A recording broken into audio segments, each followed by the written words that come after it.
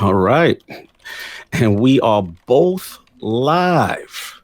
The last word with the newly minted DCP Ebontis. What is going on, sir? Oh man, yeah, definitely got a pretty awesome thing happen last night. So yeah, I got to be on Destiny Community Podcast. Shout out to Mr. AR3s who's in here this morning. Apparently you don't Woo, sleep much either. woo. But yeah, got to hang out with an awesome group. If you guys have been living under a rock for some reason, I got to chat with. It was Pope Bear. Was kind enough to invite me on, and then it was Tefty Tef, which many of you guys have probably seen. A lot of these Woo. guys started the kind of Planet Destiny whole group, and then they kind of shifted off to make DCP. So Tefty Tef, Briar Rabbit, Holtzman, of course, Miss 5000 Watts, and Pope Bear, all five of them. Nice. It was so much fun. So had a good time, and I got my face out there now, so the face reveal So, is legit. woo. The cheetah unmasked. Yeah, so that was pretty Went cool. down. And all in all, just had a really, really good time. So they're just a fun group. Had a good time. I feel like my cheeks hurt after a little while because I was laughing a lot. Because Y'all were having fun. yeah, they were Yes. just like their Twitter questions are absolutely ridiculous. Yes. They get really crazy out there. It's like, and I love Fallout. When I was looking through the questions, Fallout even asked them was like, "So, what is your favorite cereal? And please explain why people who pour milk first have no souls."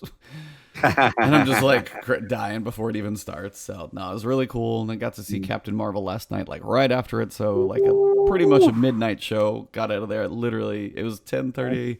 Walking out of there at almost 2. So it was a late night, but had an awesome time. And then waking up to get back into this one. So sir, how you doing? Doing good, but I'm not letting you off the hook of that DCP. We Oh need to oh talk a little bit more. oh. Listen, man, I'm like, trying to not hog anything here. Just oh, look, it is okay to accept your newfound stardom. And I'm here to celebrate. I was very proud. Very proud. Just seeing my boy out there. He was doing it up, man. And shout out to Vagabondo in your chat. He was in there too. Like, it was just so cool to see your community like in that chat as well. And just yeah. like galvanize and just seeing you up there. It was just really cool to see because as I said before, and I tweeted it, DCP, shout out to those guys like and gal, like they are amazing. That is the Mount Rushmore, and I've been listening to them for so long, and they just have great chemistry, great personalities, and it was just good to see them, kind of plot your journey. And then you kind of integrate with them, and that was dope. So shout out to them. Great show. If you guys have not watched it, please. This was the big one. This was the Destiny Super Bowl. My boy was there. He was on the That was my main. Super Bowl. I was like, I was in there. It's like for them, I'm another guest, but no, they were. That was a big deal for me. I was the one like I was actually nervous all day, getting ready beforehand and stuff like that, and just kind of hyped. So, nope, Absolutely. it was a big deal for me.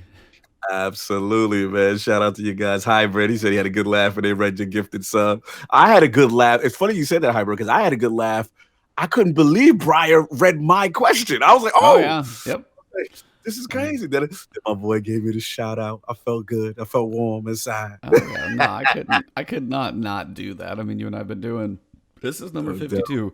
This is officially a year's worth. I mean, number Yeah, 50 feels like a year, but facts. 52 is actually because I mean, like 50, 100, those are standard milestones, but 52 is 52 weeks. So I mean, this is we've been at it Mhm, for a year. We've been chatting off and on for years. So I mhm, mean, there's no way I couldn't not mhm. shout you out in there a couple times because that's part of the comfort of the podcast comes from just chatting with you. We do this all the time, so it honestly probably just helped me be able to hold my own in there. I Yeah, think. no, dude, you did fantastic. You did fantastic. It was great to see. Like I said, the topics were great. Everything flowed, and like I said, just to see your hard work being celebrated is always great to see. So, salute, brother. That was a good one, man. I was very proud. Well, thank you very much. No doubt, no doubt. Cheat in the building. So, real quick, just yay or nay. I just need a thumbs up, thumbs down. We ain't gonna do no spoilers, but I'm gonna see Captain Marvel on Saturday. I heard some things. Do I get the thumbs up? Do I get the thumbs down? Do I get the thumbs sideways? What I get? I enjoyed it. I had fun. Okay, okay, Yeah, cool, cool, cool. That's I all I mean need to know. that's literally like I mean, there's some fun bits in there, and there's a certain things like if you go watch a couple interviews with Brie Larson, kind of understanding more on the character. There's certain things I was even telling my wife. They're like, "Oh, you should have smiled more," and she's like, "That's not the character." Like there are certain dumb things in reviews that people were saying. It's just like, go watch it, go have fun. I mean, I wouldn't put it at the top of my Marvel list, but honestly, it's like it's its own thing. It's in the '90s. It's definitely got some good nostalgia bits to it.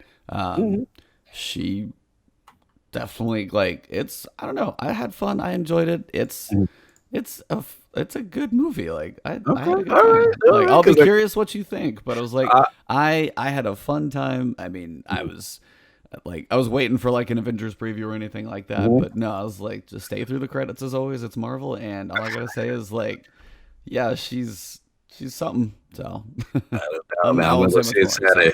I will see it Saturday. Thank you for that, man. But yeah, for me, other than that, man, it's been the same old, prepping and stuff like that. Busy week, website, all that good stuff, and then just getting grinding with podcasts and everything. But yeah, it's been some season of the Drifter action. You know what I'm saying? I've been definitely knee deep in it. I got a chance to play a lot, and I want to shout out my bro, Lord Addict is now PC Master Race. He got his rig, man. So he's trying to get him up. He's in his kindergarten phase. So we got him to the Forsaken DLC, whatever. Nice. What's funny is the power surge bounties don't work for him until he gets to level 50. Oh, you have to be 50 for the power surge bounties to kick in? Yes, we found that out the hard way. Because we were like, oh, this is going to be easy. He could just jump into Gambit Prime with us. And so they do actually want you to like play and experience some story stuff and like work your way up a little bit. Yeah, because he had the boost, the Forsaken boost to like level 30. So he can at least start Forsaken campaign. But being that we were on, I'm thinking he could just grab the Drifter's power surge and just rock 640s and roll real fast. Bro. So just a word to the wise for those who are buying Destiny for the first time because of this content. You still got to play a little. You know what I'm saying? So that was Dizzy give me Xbox the Forsaken abandoned.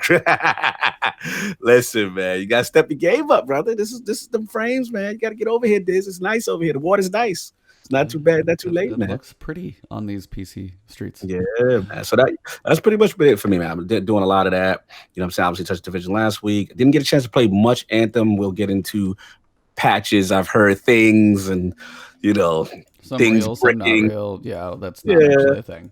Yeah, but it is very bad right now. No, I'm not saying it should happen. I'm just saying, it's an issue, but it's not quite as bad, but it's still bad. Yeah, it's still bad. So, I'm kind of just waiting for the dust to clear on that before I jump back in, because obviously we're going to talk about it. We got a big patch coming up. And man, so let's get into what's going on, man. We got a lot to talk about. Yeah, so this week, Season of the Drifter, obviously, if you play Destiny at all, launched. And we had a patch that actually came first, so we are going to start there. So update 2.2.0 is a thing. Some good changes, some interesting changes, definitely some PvE meta changes, PvP.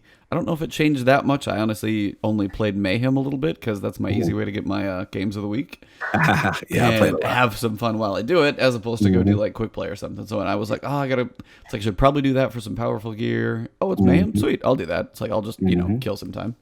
Yeah.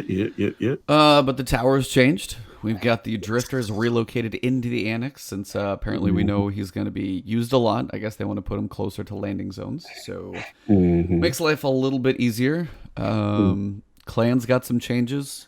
Yeah. So, what do you think about the whole getting back to the old system? Are you all right with this? As far as when you say the old system, you mean like as far literally as doing activities and getting clan experience for doing okay, got no daily bounties and stuff. Yeah, I'm fine with it.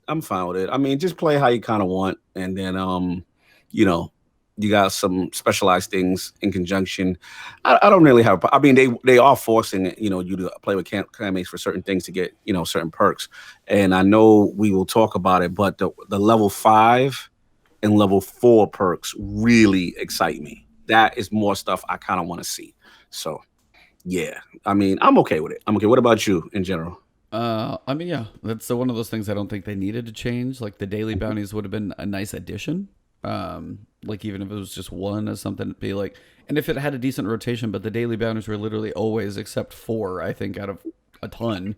It was always Gambit and Crucible, Gambit and Crucible. And it's like, not Mhm. like, hey, go do a strike, or hey, go do a nightfall, with like just random stuff. They could mix up the variety, and that's one of those things in this game that still always kind of makes me question how much. I know certain things. I'm not a developer. I'm not going to say it, but a little more variety in all things is generally going to be good. So like a couple more types of bounties. I'm sure we'd see them all, but it's like all I would see is like the same 3 or 4. It felt like so. Yeah. Not having to worry about, oh, let me go pick up my daily bounties. Just going to do stuff also is easier. So Absolutely, I like that. And then man. yeah, the clan perks are cool. Like Chan said, enhancement cords, mod components for both of those, and then the strike catalyst you're talking about. That's definitely a good thing. So Woo! Yes, big time. I got to get my, I think Huckleberries, a couple that's tied to that. And Warcliffe Coil, I believe, is tied to that. you're gonna I got to want. Well, we'll get to it, but yeah, word Yeah. Coil, you're gonna want. Oh, Lord. Woo! We're going to talk about these updates. Yeah, Yep. yeah. I got a lot of real life data to discuss. Continue.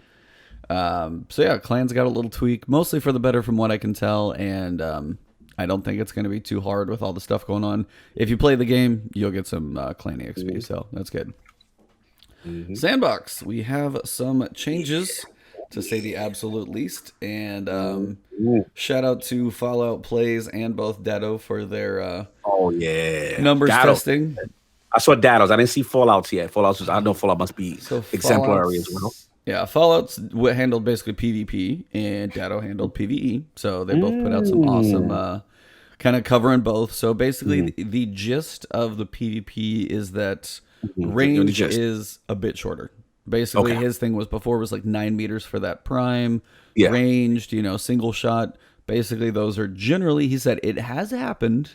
So it's not like it never does, but consistently it's about 8 meters instead of 9 for those single shots. In PvP, based on my experience, I would agree. However, there's one gun that is breaking that rule, is it? and rightfully so, based on it's an exotic. Chaperone. Oh God, I'm waking up in nightmares, bro. I'm scared that I He was covers playing. that one's out to like 13 Oh meters, I think my he was saying. God, No, it's a it's sniper. it's 11, but if you have the perk from one kill, he said it was like a 13 meter like single shot. So it's covering some ground.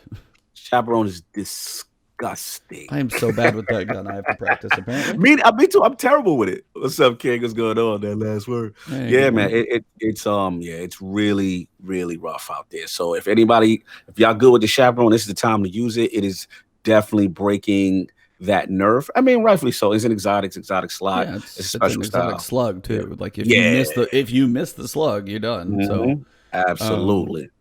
So yeah, that's definitely one to keep in mind. But general, like, they tried to balance, and then when Data was going through, he said it felt like there were some more options from normal exotics. Parcel of Stardust, he said, was a bit of a surprise from being like a little better than he expected.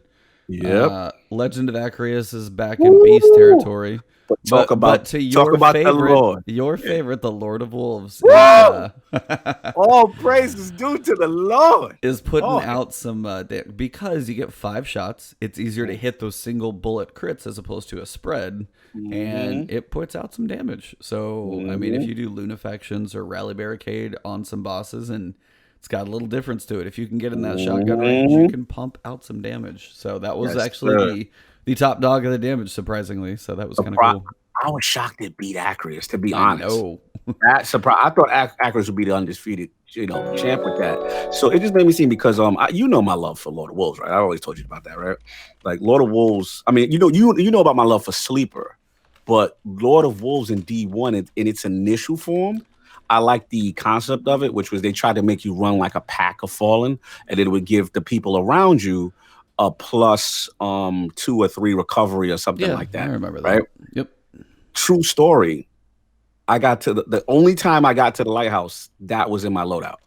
Bro, I don't know what people would even Addict and Sinister, they would say, yo, you are so good with that gun in PvP. Like it's something about it. I just play well with it. And because it's like a short range pulse, so to speak. And I'm just happy to see it. But now I'm on PC. Like now I'm going to be grinding nothing but spider bounties. I have to get the Lord of Wolves back, man. That's my baby. I got to get it back. I got to get Acurus back too. But yeah, it was good to see. I saw that Datto video. Very hyped to see that shotguns in PvE are in a better place. So yeah, man. But what else we got?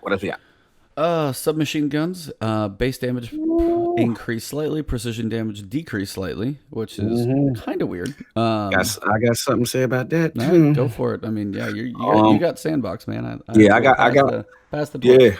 No, I just got some like real world application. Yeah. If you guys have been playing Gambit Prime, here's the Cognito tip of the week.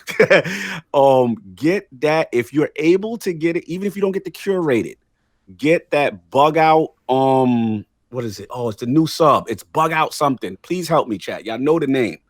So It's you got me. I something. don't know it yet. I'll tell you right now. Pull up the my dim and all that good stuff. It Destiny is. Atom Manager. It's a 900 RPM submachine, and I'm gonna tell you right now, it is nasty in Crucible. The bug out bag. Got it. Bug out bag. Woo! Oh boy. I'm telling you, and I got one a curated roll, and I got one that doesn't even have that great a roll. It is subs. I don't know, maybe that sub machine, but it's really, really strong. I was mowing people down, man. Just let you know. So yeah, just shout out to. So you might want to dust off the 900 RPMs. See how they go. I haven't given Heroes Burden a shot yet because it's kind of in that same archetype in PvP. Subs are okay. They're a little. At least they felt to me. At least that specific one. So give it a shot. Yeah. So submachine guns, check them out. Sir. Speaking of the pinnacle weapon being pretty powerful for Crucible, so that's definitely a thing. The recluse people, and this kind of thing. Some people are like, "Oh, I'm gonna grind Gambit Prime," and there were certain like content creators be like, "I'm doing nothing but getting like said pinnacle weapon." You already know. Shout out to Steve French in my chat for the Twitch Prime sub, by the way. Good morning and welcome from across the pond over there in UK. Nice. Salute from UK. That's right. Machine guns. I knew it was going to happen. Yeah, I wasn't looking forward to it though. Have you tried them? Oh yeah. How you feel about it? Less powerful. Less powerful. I mean, they still do work. They still have a lot of bullets, but they're not quite as godly as they were. Now, I was using Hammerhead. Thunderlord might be a little more powerful with the lightning strikes, but definitely feels like it lost a little bit of the oomph on their punches. So completely agree. I felt the weakness in it, and I'm just like I'm scared to touch Thunderlord as a result. I know. I actually haven't used it yet either. Yeah, I'm like, I don't completely gone. I know, because I know the majesticness of Thunderlord. I don't want to see it, any less. But yeah, right now, Hammerhead, it's them Primevals were laughing at me, bro. I was just like, damn, it's not a good look right now. So yeah. Machine guns are not quite the be all end all, which is good for variety, but yeah, it's kind of one of those that I wish it wouldn't have been. So the ammo reserves got nerfed by half because you could have 311 for Thunderlord, 340 I think for Hammerhead. So the reserves were bananas. Yeah, absolutely. So I mean that I could kind of see more, but the reduced damage against boss and mini bosses by 21% is definitely felt without a doubt.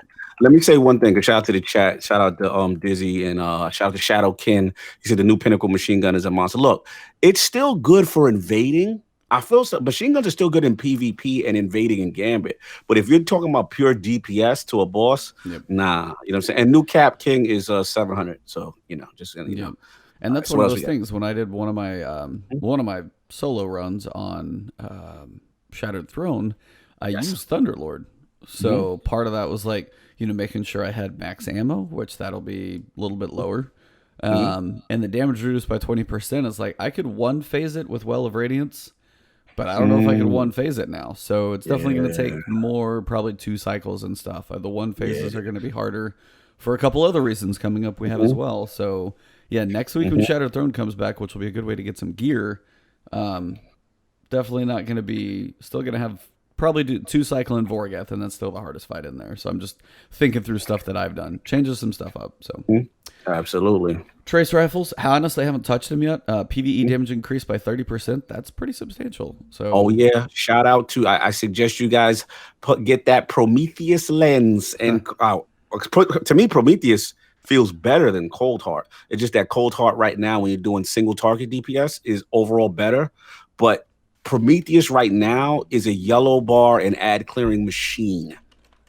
dust off Prometheus, y'all. I'm telling you right now. I've touched that. It feels really good right now with that 30%.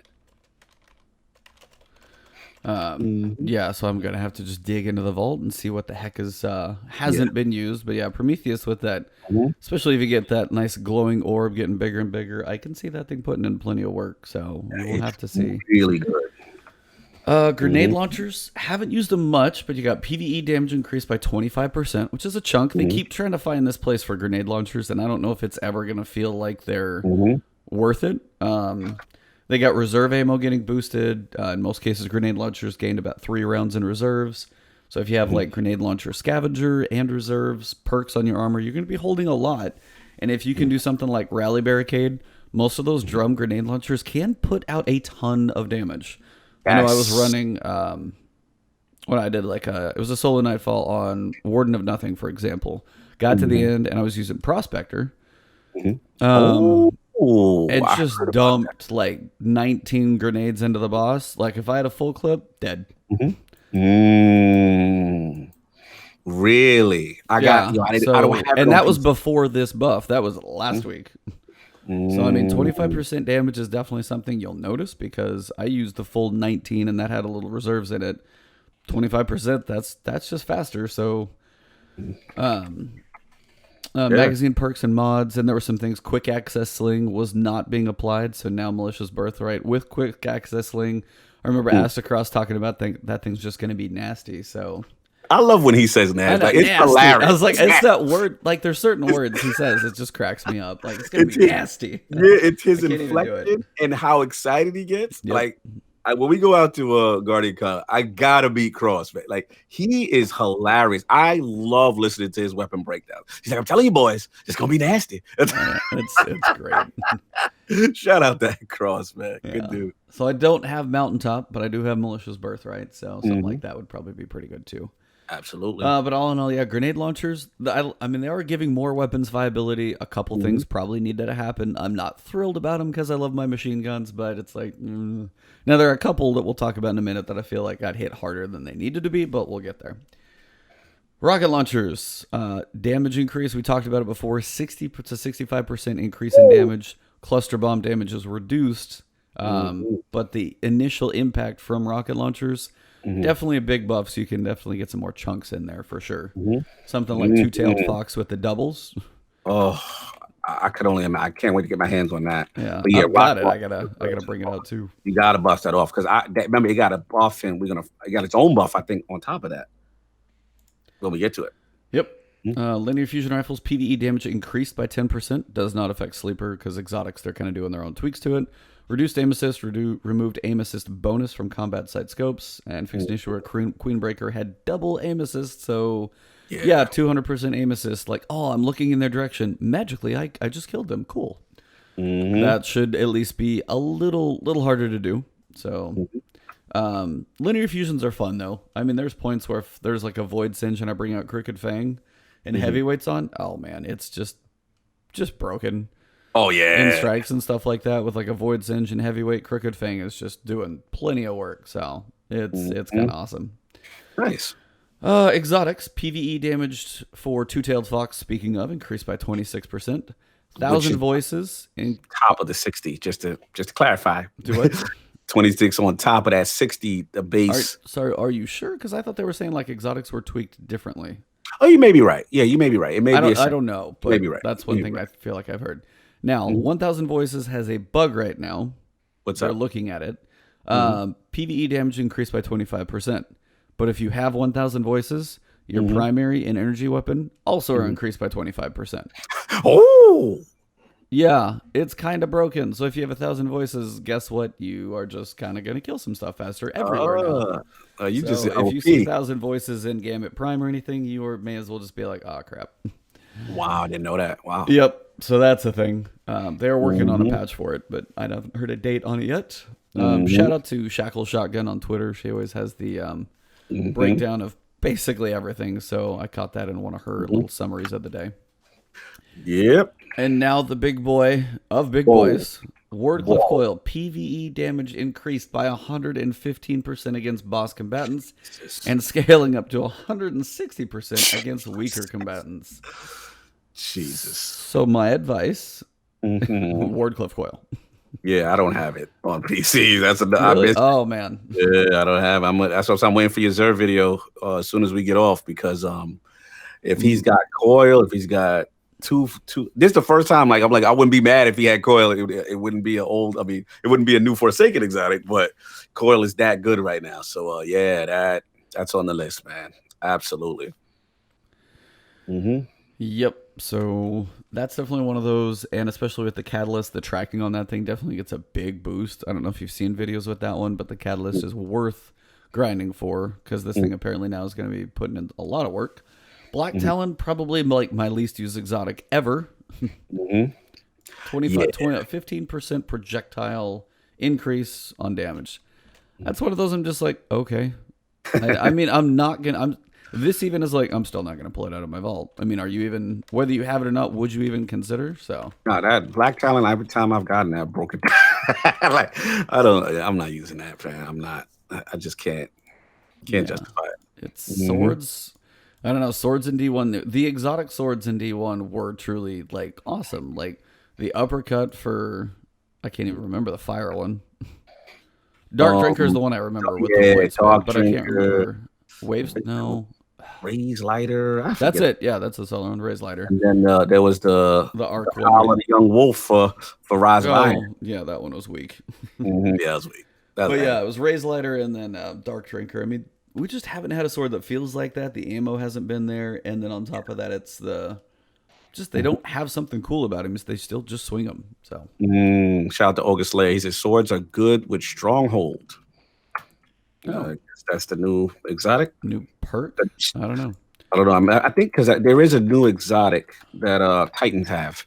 That when you hold, you get this indefensible thing, an energy recovery. It's a really good new exotic for Season of the Drifter, and apparently it's Titan only. It looks really sick. Yeah, I actually haven't dug into what the new exotics are. I should probably go see what the data farming says. But it must be Stronghold because Ogre just said, "Yep, that's the new Titan exotic." That's what he's talking about. There you go. So, well, new exotics are going to be a while in the making, but we'll get to hopefully seeing some others. Here's where the changes start happening. Sleeper Simulant reduced ammo reserves from 13 to 9 without armor perks. So your base max ammo reserves is down to 9. It's like, why do they keep beating up on my boy like this? Like, we already got the 10% linear fusion rifle buff that we didn't get, right? Yeah. Sleeper Simulant was excluded. I get what the aim assist. It's like this one is just like, I thought we were okay. I thought we did everything we could do to this weapon. Why do we have to still keep? But you know what? We'll get to the next one, and then I'll talk some more. Oh, it's like the next one's worse. Yeah. Whisper of the Worm reduced ammo reserves from 20 down to 9. Wow. I was like, it's in half and then some. Wow. And that's... so I know, okay, so if you always make your shots, yeah, you'll have infinite ammo. Sure. But I will also say the registration is not always there. Like whether I feel like I hit the crit and it doesn't count it, or I feel like I do and it doesn't always give me the 3 back. You have two mess ups or glitches or whatever, and you're out. Like 20 for a sniper rifle, especially for a heavy sniper rifle. If you miss your shots, it's definitely more of a skill weapon now. But man, that is rough. And I think with perks, you might be able to get up to 12, so you might get more. But that's pretty brutal to cut that ammo. Yeah, that's tough. Even Sleeper takes 4. This one takes 11 out of the. Oh, that's just. It hurts. So. It hurts. The only thing I gotta defend my sleeper users is that at least with you guys, you Whisper guys, if you're accurate, you're gonna get that white nail. You know what I mean? You're gonna get some stuff back. Yeah. Whereas with us, it's just like, tough luck, man. Yeah. You know what I'm saying? Like the only thing I'm thinking about now is shout out to Esoteric. He's got a video up not too long ago where he's soloing catalysts and he shows some cool ways. So I think I might try to get the catalyst for Sleeper more than ever because that actually increases that ammo reserve as well as the charge time. So about that. Yeah. No, I definitely need to do that. That's Sleeper Catalyst is one. The charge time, if nothing else, but I mean, the reserves is good, but the charge time on that charge time is completely worth it. Absolutely. Yep. absolutely. So, Mhm.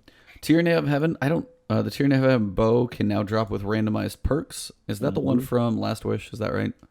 Yeah, I Because believe that's so. the only one I don't know, actually. I believe so. I believe so. Hmm. Some other general weapon fixes, things like that. Most of it's pretty low key. They said rapid hit on sniper rifles would activate twice on a precision kill. So rapid hit on snipers was doing a little extra work.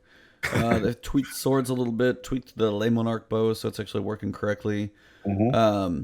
By the way, shout out to Jotun whenever you do get that gun Hmm. for killing envoys in Gambit Prime. I heard it's nasty. Dude, it's like one, maybe two, and I can hold about 15 because it's an energy, and I can put some work in with that gun, still invade and put a little bit in.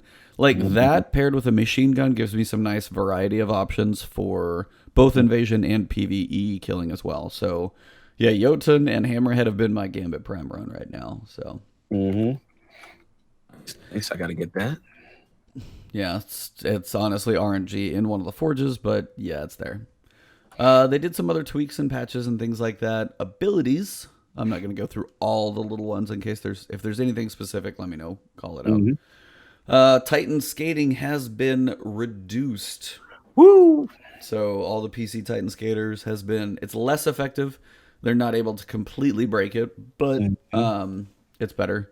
And then also the infinite super for the Code of the Juggernaut has Yeah. been adjusted. Whew. And it needed to happen. I mean, it seemed fun in theory, but if you can break like an entire like strike and just keep shoulder charging enemies, there's something not quite right about that. So. And I Hmm. even it's like, and I play Titan a lot, and it was fun, but it's not meant to stay. Agreed. And then handheld supernova, a little warlock fix as well. Hmm. Handheld supernova did not properly render while invading in Gambit. There's, I guess, just too much going on the screen, and it kind of broke it. So. Hmm. And then we've got armor. So year 2 armor will now drop with a random stat package, heavy, restorative, or mobile, which is Hmm. good.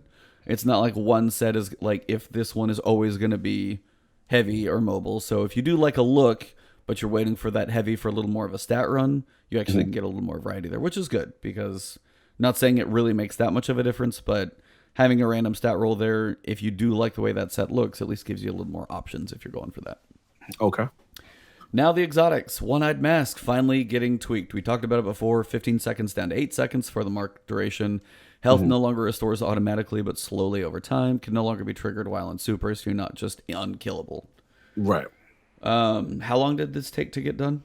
Yeah, that took a while. That took a while. I'm Like glad it's 7 finally. months? Yeah, Titans got to feel a little bit, skating and one-eyed mask. That was the move out there. Yeah. Got to kind of bring you back in line just a little bit. We've got Kepri's Horn. Somebody was like tweeting about this one, so you gotta let me know if what I'm missing here. Mhm. Increased class energy gain from solar damage kills from 10 to 15% and reduce the cooldown from 2 to 1 second. Mhm. Solar Blast Ground Flow now returns a second ground follow back toward the player. Damage from ground follow increases from 80 to 100. Damage from ground follow is doubled in PvE. I don't Mhm. even remember how this exotic works. Do you have a clue? Yeah, that was that one with the increase. I believe wasn't that whack one? It was a helmet and all three. One of the classes got it. I want to say it was that one, but it Oh, you're talking wasn't. no the you're talking about those three where they kind of buff each other. Yeah, it wasn't that one. No, that What's the name of one's that one? Aeon. It's the Aeon Soul Yeah, or on whatever. series. Yeah, Yeah, those are you're right. You're right. terrible. Just Capri, awful. I don't really remember. I can't even remember. So let's see. Solar. This is a exotic helmet for. I think it's a Titan. Actually, Mhm. I'm trying to remember. Solar damage kills. Recharge your barricade. Yeah, it's a Titan. Which unleashes a blast of solar energy when summoned. Mm. Okay. So yeah, I even remember doing a Zer video about that, and I was like, so I put up my barricade and I get a little blast of solar energy. And I'm like, I never tested it to know how good or bad it was, but it seems like, yeah, not really. Oh, Vesper of Radius, I damage. know that. Mhm. Yep, damage increased from 70 to 100. Damage is tripled in PVE. Yeah, what's funny is I just got that as a drop on like my first day playing Season of Drifter, first exotic drop in a while. I literally got it back, so I got to test it out. I haven't got to put it through the paces yet. Basically, what Vesper does is if you're a warlock, it should theoretically be good in something like Prime and Reckoning Yeah. because it works to when you get surrounded by more than like 2 enemies, your rift energy comes back almost instantly. It starts to charge up super fast. So you're constantly getting rifts. Now, the initial part of it is when you push the rift down, it sends out a lightning charge to kill like weaker enemies. Like you'll kill thralls with it. Yeah. So that was the way it was. But now they're saying damage is tripled. That I got to test out. Yeah, That that's pretty. I got to see in PvE. Yeah, Yeah. and that'll be, as you said, like for our new wonderful, Mhm. activity with a whole bunch of enemies in it. Well, rift, blast, Yeah. survive a little longer, get your rift energy back faster. It's Yeah. definitely going to be like a nice variety of an option, at least. Yeah, for me, my plan on utilizing it is going to be I don't have Phoenix Protocol yet, so I'm gonna try to bust that out on Well of Radiance class, Okay. and so I'll have my Well and I'll have my Vespa for fast rifts. So I'm constantly getting rifts and healing. I'm gonna try to. I'm try right now. I'm in the process of making a loadout for Gambit Prime with Vesper until I get a protocol. So I'm dying to test it out. I'll probably test it out after the show. Nice. See what's up. We've got Sealed Ahamkar's Grasp, now procs from Smoke Bomb damage. Ursa Furiosa no longer counts self-damage to Void Shield in calculating how much energy to give back, which is good. I'm not sure how I self-damage my own shield, but that's the thing, I guess. And Entailist Wards fix an issue where Improved Slide was not consistently applying with Entailist Wards, which is a big deal because that's just all about sliding. So, accessory fixes, nothing major there. Rewards, general basics, we've got Power Cap up to 700. Boom. Powerful bounties may give only a maximum possible power reward from the season in which they were acquired. So they definitely tamed it down for future seasons to where powerful gear, powerful bounties, anything like that is going to give you stuff that's related to the season that it's in. So you can't carry over, Iron Banner bounties they definitely nerfed, or, Ascendant Challenge bounties. Anything that you would carry forward is going to be pretty minimal. And then raid keys as well, they limited it to 5. So a max of like basically 1 run. Let's see. Crucible updated Valor and Glory emblems to track only the current season's rank accomplishments, little stuff like that. Vendors got some updates. These we don't need to go through in full detail. Shax, Drifter, Zavala, they have their pinnacle weapons, so definitely go check out Shax. Has got a new scout rifle. The one we talked about last week, so that's the Oxygen SR3. Drifter, you're gonna be spending time there anyway, and we'll get to that. And then Zavala, also little tweaks there. Now shout out to Zavala. I don't know when we'll get there specifically, but that Nightfall card has changed. Really? Oh yeah. So to get your 100,000 point score, you're gonna need to get back closer to that max light level. Because if you run, because it was a 110 point modifier when you were running Season of the Forge, so 110 from 650, and if I ran, like 2 buffs and 2 debuffs, I would be like a 5.5, some ridiculous modifier where points were not an issue. Right. On the other side, now if I run a 110 point modifier, it's like a 2. Maybe. So it's really low. So now if I bump it up to 160, which would be the cap at like 700 to take me down to 540, the Nightfall levels, it takes it to a 4.05 modifier, which I used to run like just about everything at. And you can get that, but that's with like Match Game, Blackout, Heavyweight, and the Singe. So definitely going to be some time before that 100,000 drops. I mean, Esoteric may do it tomorrow. Who knows? But for most of us normal people, it's definitely going to be a little harder, especially soloing, for sure. Oh, yeah, absolutely. So that's definitely going to be a thing. If you're grinding those things out, it's going to take a little while. And then Zur has the possibility of selling Forsaken exotics. Woo! So yeah, that video coming out at 11 is going to have twofold. This week is just about the Forsaken exotics. We will see what he has. Now, it's not a guarantee. Has the possibility, does not guarantee it. Now, the Faded Engram does not have a chance for Forsaken exotics. Will be updated in a future patch. I'm like, really? Yeah, I know. It's like, really? Yeah. We're 6 months from Forsaken, or 7, and you still can't, like, at least guarantee something that you're missing since it's been this long in the making? I don't know. I don't know what future patch it's going to be, but if they wait all the way till Season of Opulence, I'm going to be like, really? Mm-hmm. So we'll see when that actually drops. But at least Xur has a chance of them coming through. So I'll be making my video at 11. Yeah, man, shout out to Ike Bean Ben Een. He's so hyped for Zer today.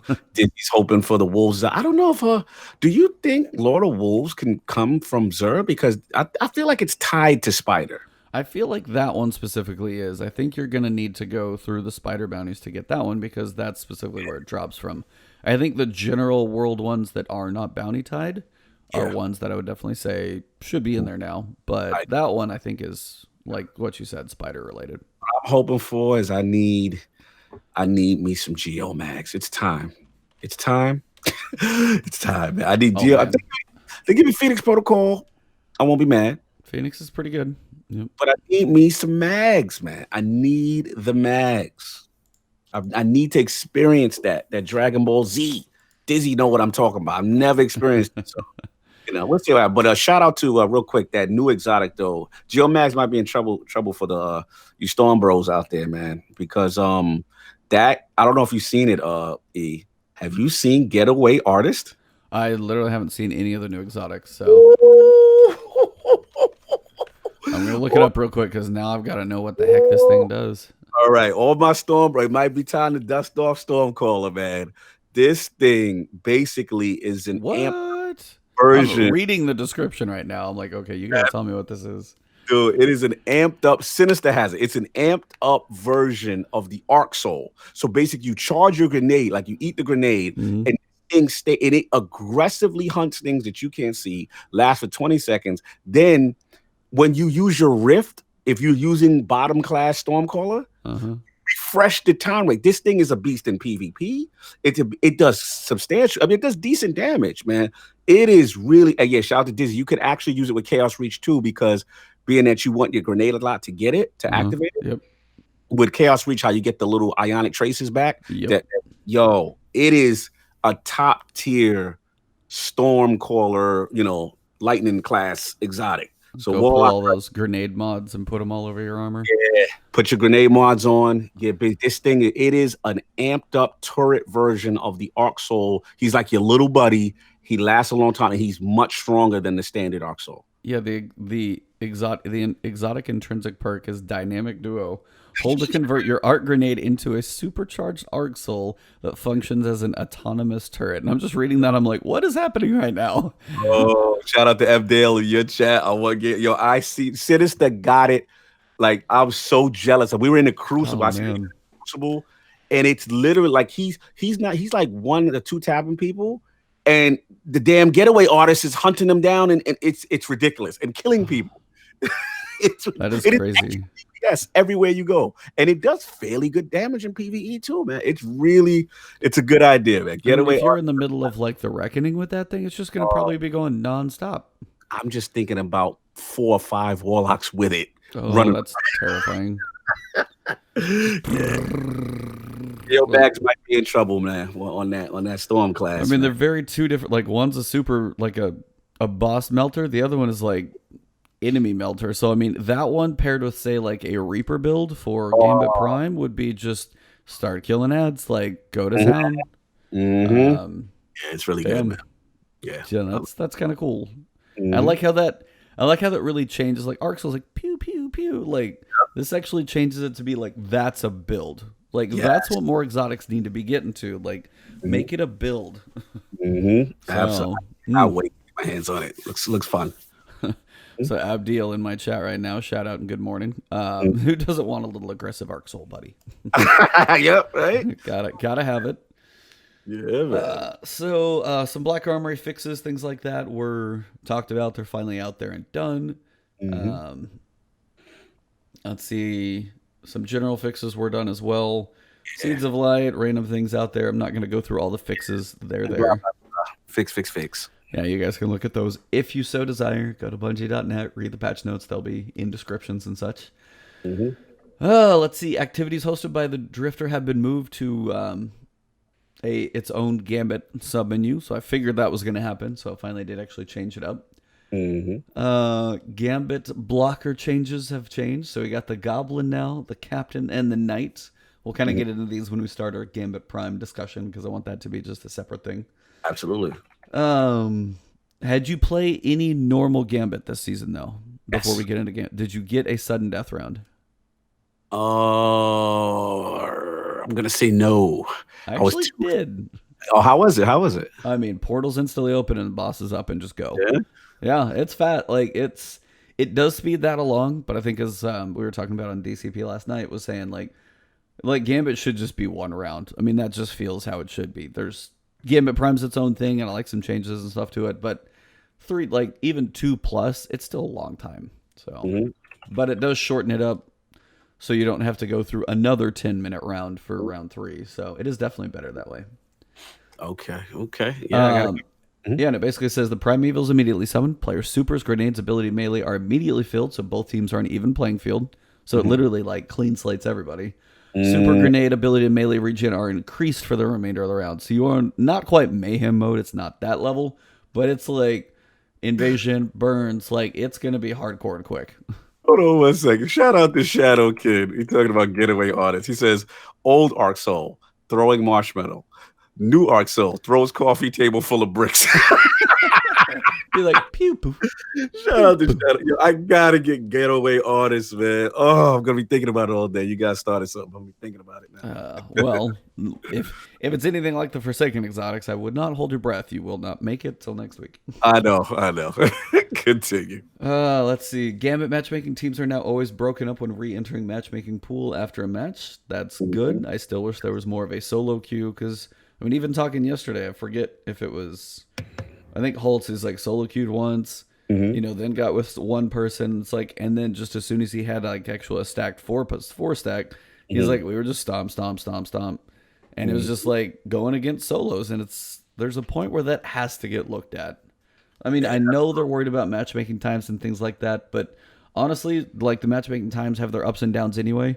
And if it was a minute longer, but I play like a fairly more mixed version of like who I'm going against, it would be better. Because when I'm going against, if I'm getting like worked and I pull up the roster to see who's in the match, and if it's a 4 stack with the little giant white bracket outside the 4 of them, I'm like, oh, of course we're losing. Like, and that's not. And it doesn't ever surprise me, but then it's like, then it's defeating and be like, well, I guess I got to play through this one and see what happens. I've probably pulled it out a few times here or there where I just get some great invasions.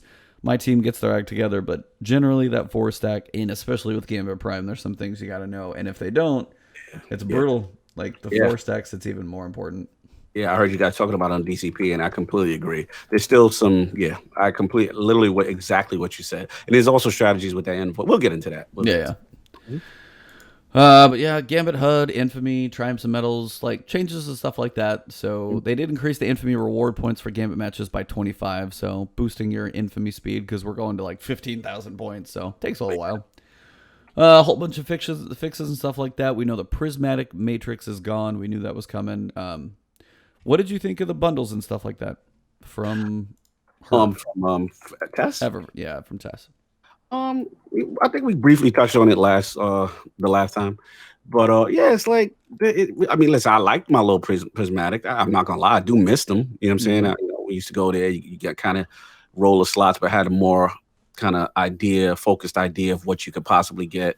So I mean, but at the same time, the other part of me is just like, look, it's cosmetic really doesn't bother me. I know one thing though. I want that Malfeasy, that new version of it, that new ornament. I gotta have that. That one looks so good. So good. And it got the red thing on the red thread around like the back of the barrel and just like the bright green, the engraving on it. Oh, yeah, that one. That's the one. Like one like that. That's the one I would spend the money on because I think it's awesome. It looks so good. As soon as that, they are getting that money. As soon as that comes out, I don't care what nobody say. So yeah, that right there, and low key, I don't know if we talked about. I think I talk about the Malfeasy once in a while, but I love that gun. I think it doesn't get. I know everybody's on that Thorn and Last Word kick, but it is a dual purpose gun. I mean, I don't use it in standard PvE activities, but I use like Gambit. I have to run with it now. Like that's part of my loadout, and it destroys Envoys. Now Primeval is just asking a lot, but envoys don't even stand a chance. Like literally, I just run out there with the mouth easy. And then in Crucible as a 180, it's so stable. You know what I'm saying? So yeah, man, I love that gun. I have to get that ornament, man. I love what they're doing. But yeah, as far as tests, got no problem, man. I'm not complaining about none of that stuff. Yep. So that pretty much covers the patch. Quite a few things have changed, and now, obviously, what you guys have been waiting on, Season of the Drifter is actually live. It's a thing. So, I want your initial impressions on Gambit Prime itself, just to kind of understand. What do you think? What are your thoughts? Yeah, I think it's good. I mean, I think it's definitely better than standard Gambit. We talked about the class systems and stuff of that nature. I love that aspect. I love the specific roles. Right now, I'm in my sentry bag. I'm guarding protecting the bank. And I love the new mechanic. I love the new audio cues. I like Those are when nice. Oh, it really makes you feel bad when blockers are on the field. So it's like I had to go back, get them. Not everything is all peaches and cream. There's some things I don't like necessarily, but I think could be tweaked. You guys touched on it on DCP yesterday, which is that first round of the DPS phase with the Primeval, when you do the mechanics, like you got to be very cognizant of the invader. Like, if the invader's on the field and you got a third envoy up, do not kill the third envoy. So many blueberries we were playing with kept killing it. Then the invader literally knows where you guys are going to set up shop to DPS. So it's like he's wiping out the whole squad. Oh yeah, no. You know what I'm saying? So yeah, that's the first thing. And then the other thing I learned is that like you can't really go all out in the DPS phase, the first DPS phase.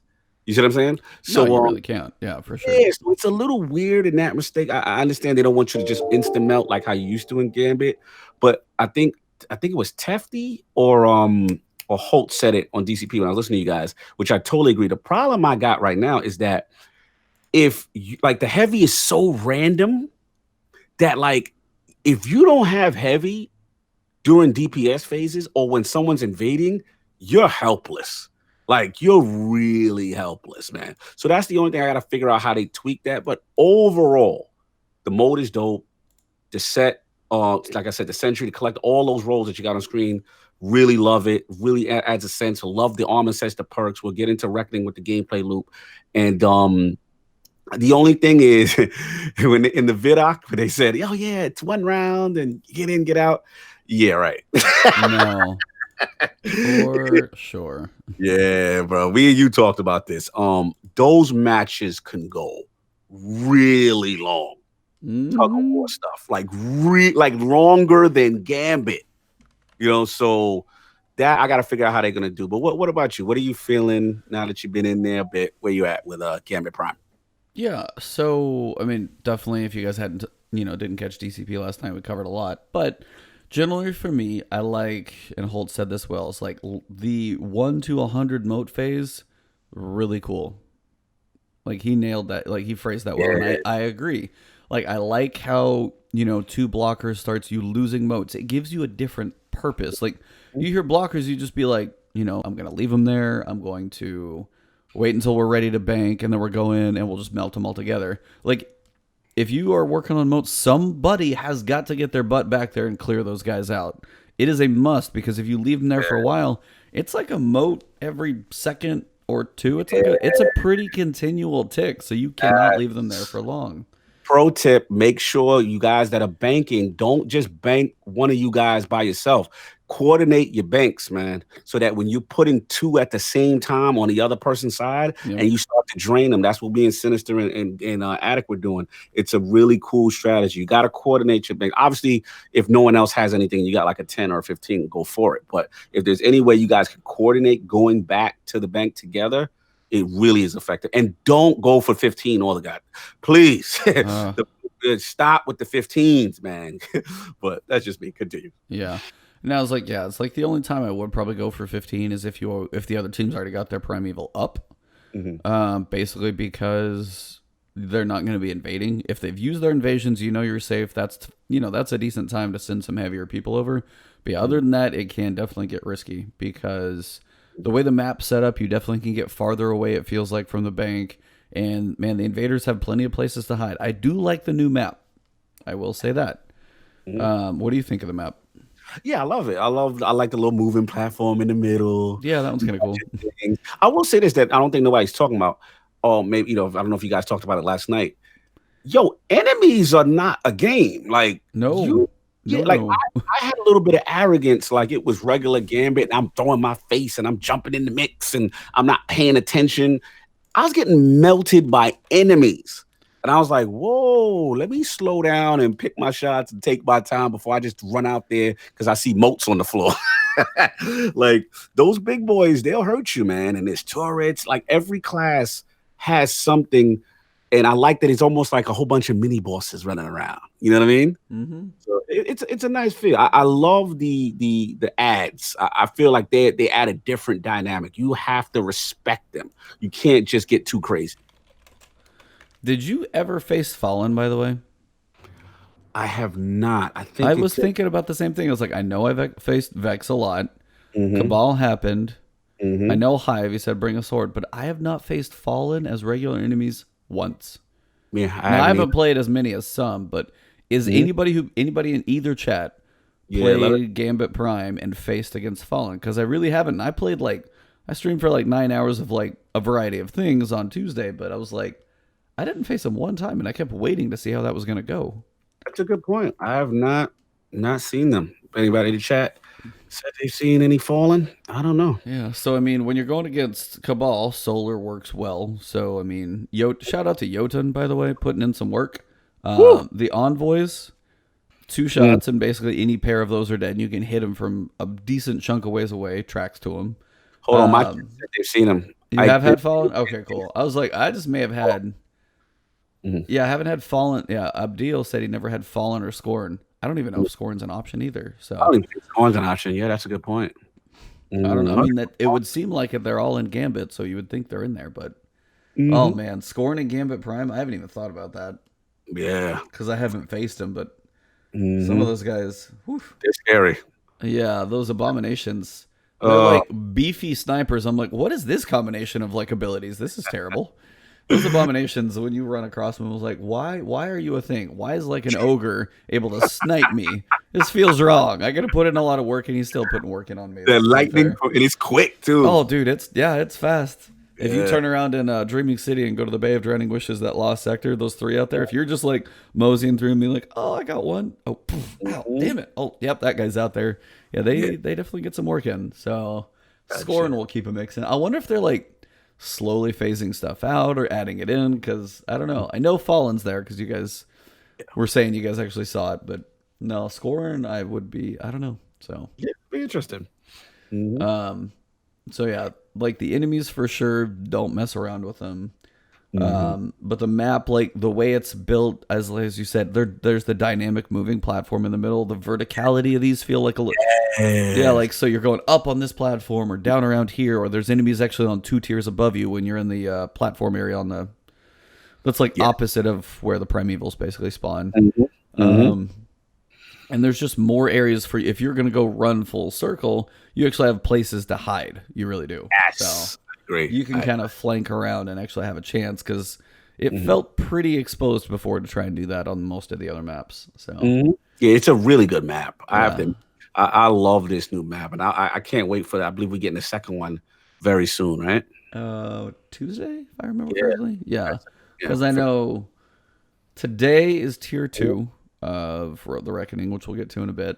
That starts at 11, and then we've got the map on Tuesday with other stuff on Tuesday, which we'll get to. And then tier 3 is next Friday with the Zur 9 stuff. So yeah. Well, there's stuff coming, but kind of we'll get to some thoughts and things. So Gambit Prime, as we were saying, it's like the first, like up to 100 motes, like that invasion scheme, timing that well, like definitely knocking them down, sending over the blockers. That's really cool. When you get to the damage phase of the primeval, oh my god, it's so long. So I mean, basically, if you guys haven't done it yet, or you're just kind of wondering what's going to be going on, is when you summon the Primeval now, instead of it just being, hey, this is the center, there's 2 envoys, when you kill them, you get a boost of damage, and then it's just sitting there, and you're working on it, and just when it stays over time.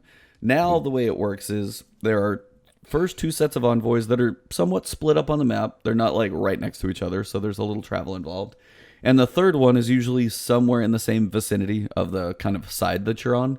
But it'll be the third one that you break and kill will drop an area of effect on the ground that gives you your Primeval Slayer buff. And each full rotation is when that gets to be more powerful.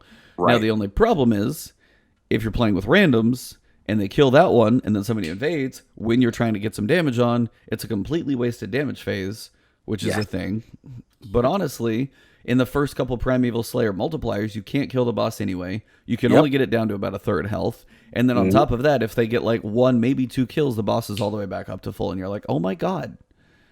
So what do you think about the Primeval, like, because I know we talked about some ideas and stuff last night, but I mean, you may have listened or not, but what do you think about the whole phase, whether it's like capping damage at a third, once you get it down so far, you might actually be able to keep it there, not be able to get like a team wipe and a full heal. And you're like, so much progress is lost. It's disheartening, and it really extends the matches extra long. You know what I'm saying? So, I would like a tweak like that because, listen, I don't want to penalize invaders, but I feel invaders are really dominant, man. Like, I mean, it can really, and then with these perks and stuff, and now you're saying, with that first phase, you can't really, there's nothing you really can do to kill the Primeval outright. You can't melt them straight on the first one for sure. Yeah, man. I mean, it's tough, man. It's tough. I figure they gotta try. They're gonna eventually have to tweak it on some level. You know what I'm saying? They definitely gonna have to tweak it.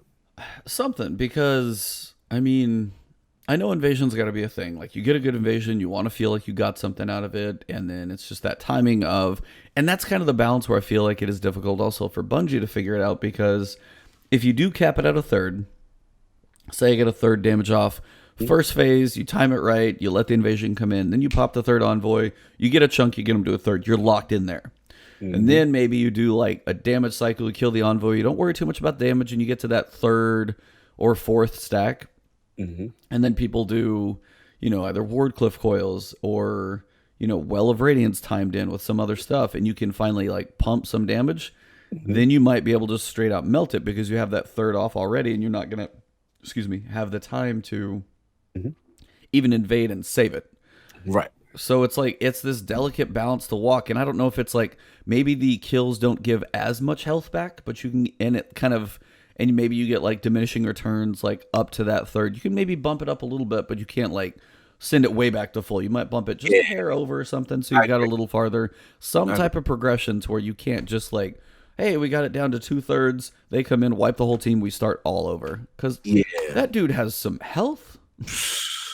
I agree, man. And now you're talking multiple damage phases again from the start, which again extends the match extra long, which is what I thought was not their goal with Gambit, which is to have these super lengthy matches. You know what I'm saying? It was supposed to, the premise of Prime was supposed to be this 1 round intense, balls to the wall, super tension kind of deal, right?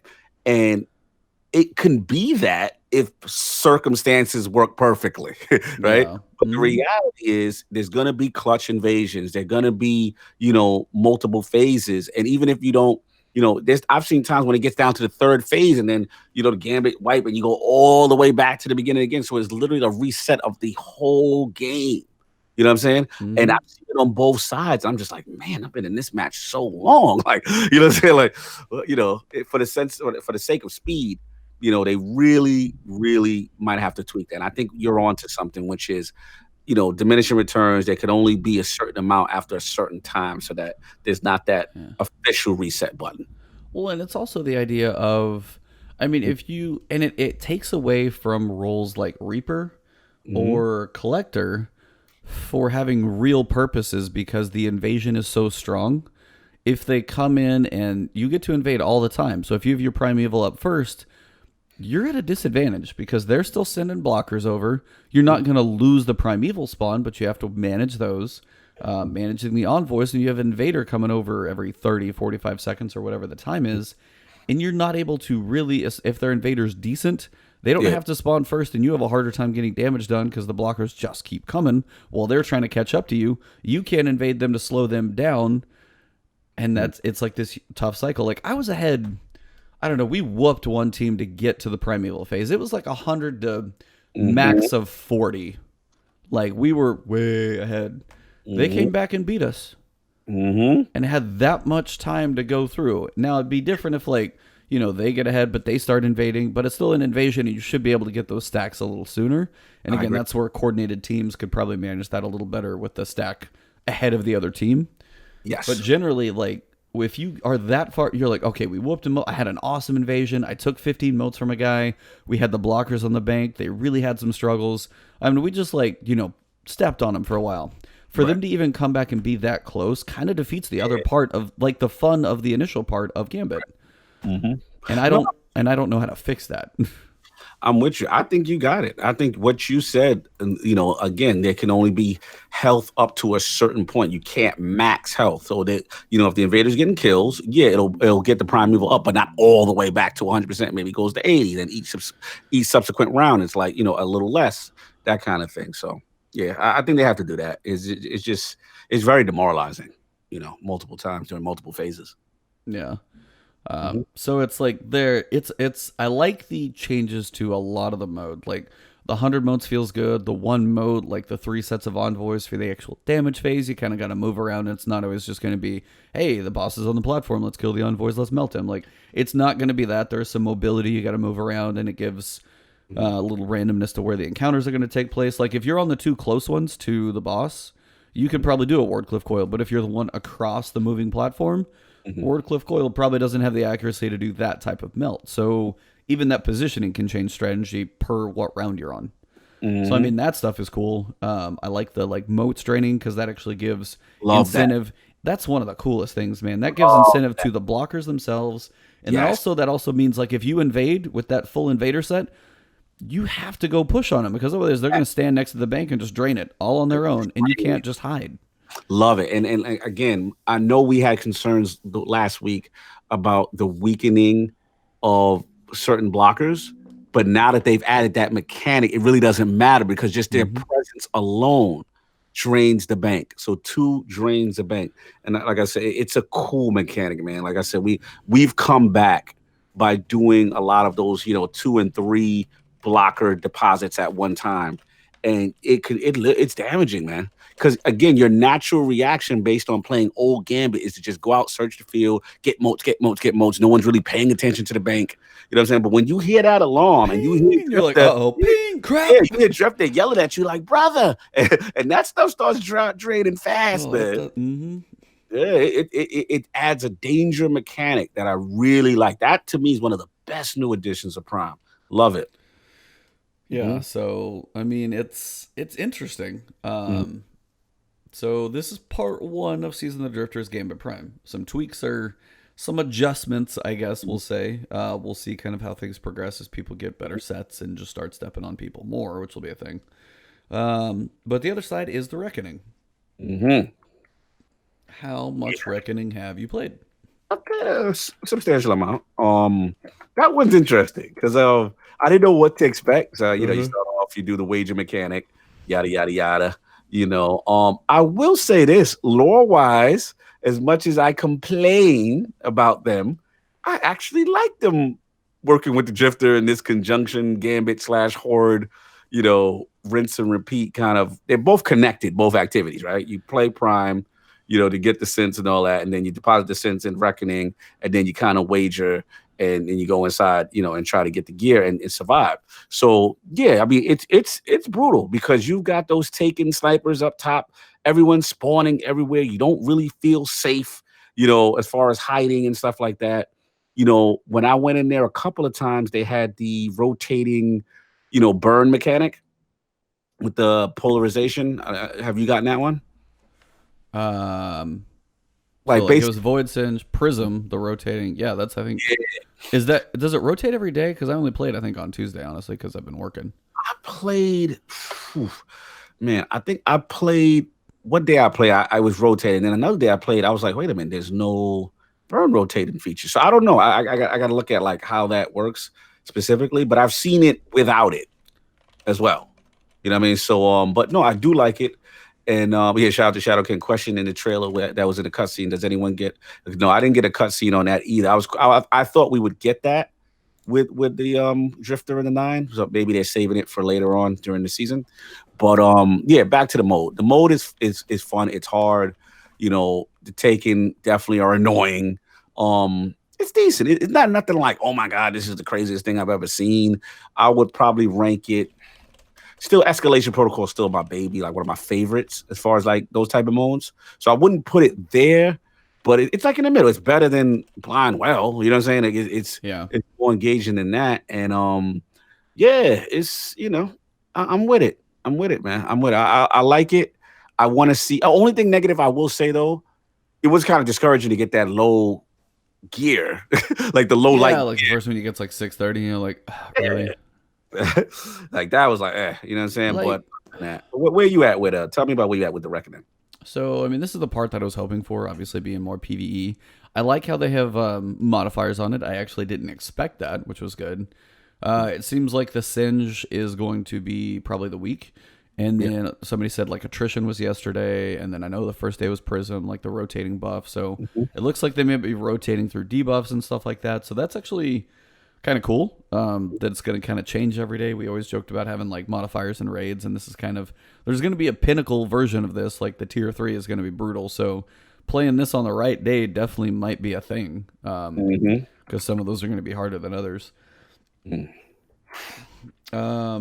So the wagering of the moat doesn't have the weight that I thought it would, because when it says, "Oh, wager a moat," but then I was like, somebody in one of my comments was saying, "Oh, you can get it back even if you die." Like I'm like, well, then where's the stress to like survive and work together and hopefully not die? It's just like, well, if I don't, I'll just stay in here and do it again. Like I do like that you can stay in there. Now I wish that you didn't have to have a synth to go in there, because if I didn't want to go play Gambit Prime, but I want to go do the Reckoning practice or go help some friends, but I don't want to go do a Gambit Prime match first. I just wish that requirement wasn't on there. I mean, I understand you want to bank, but you don't have to bank, and you can still go jump in. Because I honestly was like, I jumped in with like 3.5 minutes. I was like, well, I have no idea how long this timer is. I'm just going to jump in and play before I wager my first one. We did it eventually, and then it went. But just the wagering, we only get tier 1 right now. As we're getting 630 drops, I was like, oh. Do you think? Let me ask you a question. Do you think as we go to tier 2, because tier 2 is today, right? Yes. Right. So as we go to tier 2 and tier 3, do you think that the wager mechanic will actually hold weight and you won't get it? Maybe this is kind of like to set up the introduction with tier 1, so they're being nice as far as giving it back. I mean, that would be a weird inconsistency thing if they did it that way, because you would establish that, oh, if I bank and I fail, I get it back.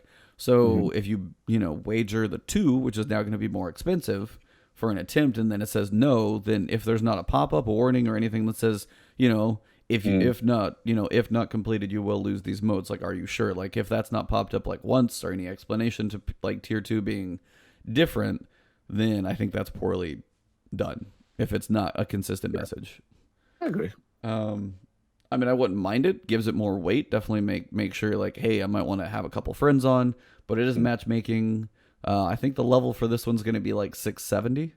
So it's definitely jumping pretty quick. And then tier 3 is supposed to be kind of in-game 690 stuff for sure. Multiple phases on tier 2. Tier 3 is probably going to have even more. And mechanics, it looks like you have in the little video thing that they did, which we're not going to watch, but the video about the Reckoning, they show tier 3. They show the knights that go smashing around and doing everything.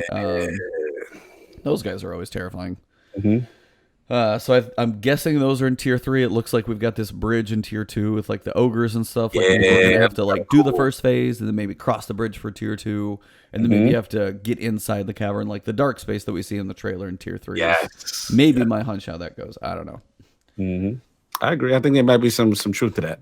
Maybe it's all connected, with each tier. But yeah, it is taking enemies like all the time. What are your thoughts on like pretty much? I don't know about there are taken war beasts. That's like they did one new enemy. I'm like kind of weird, but I saw the meatball, man.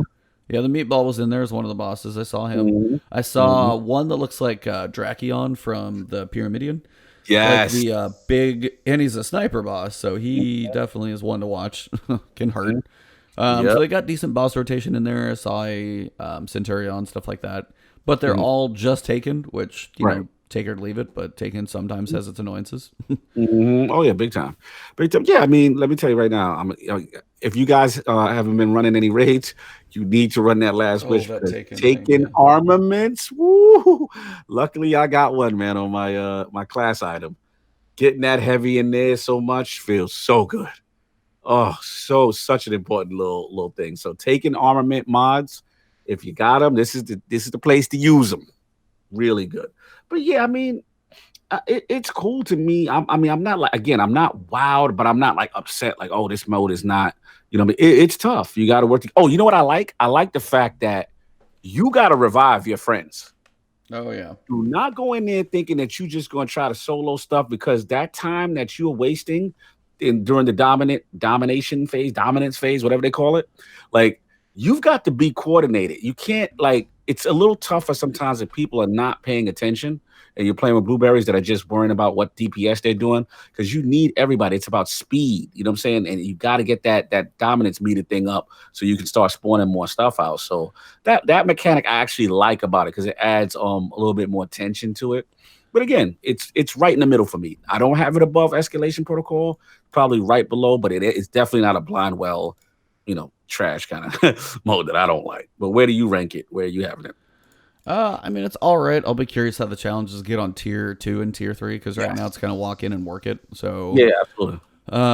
not really that big of a deal. Hmm. So it's, fairly reasonable mode. I wasn't sure. And then when you kind of figure out just you need to start killing stuff, taking out the Hmm. big boys, and then get the boss in there, and you seem to have plenty of time to melt the boss. He's not really too hard. So they did make it accessible on day one, which is kind of a good thing for that loop to get you going.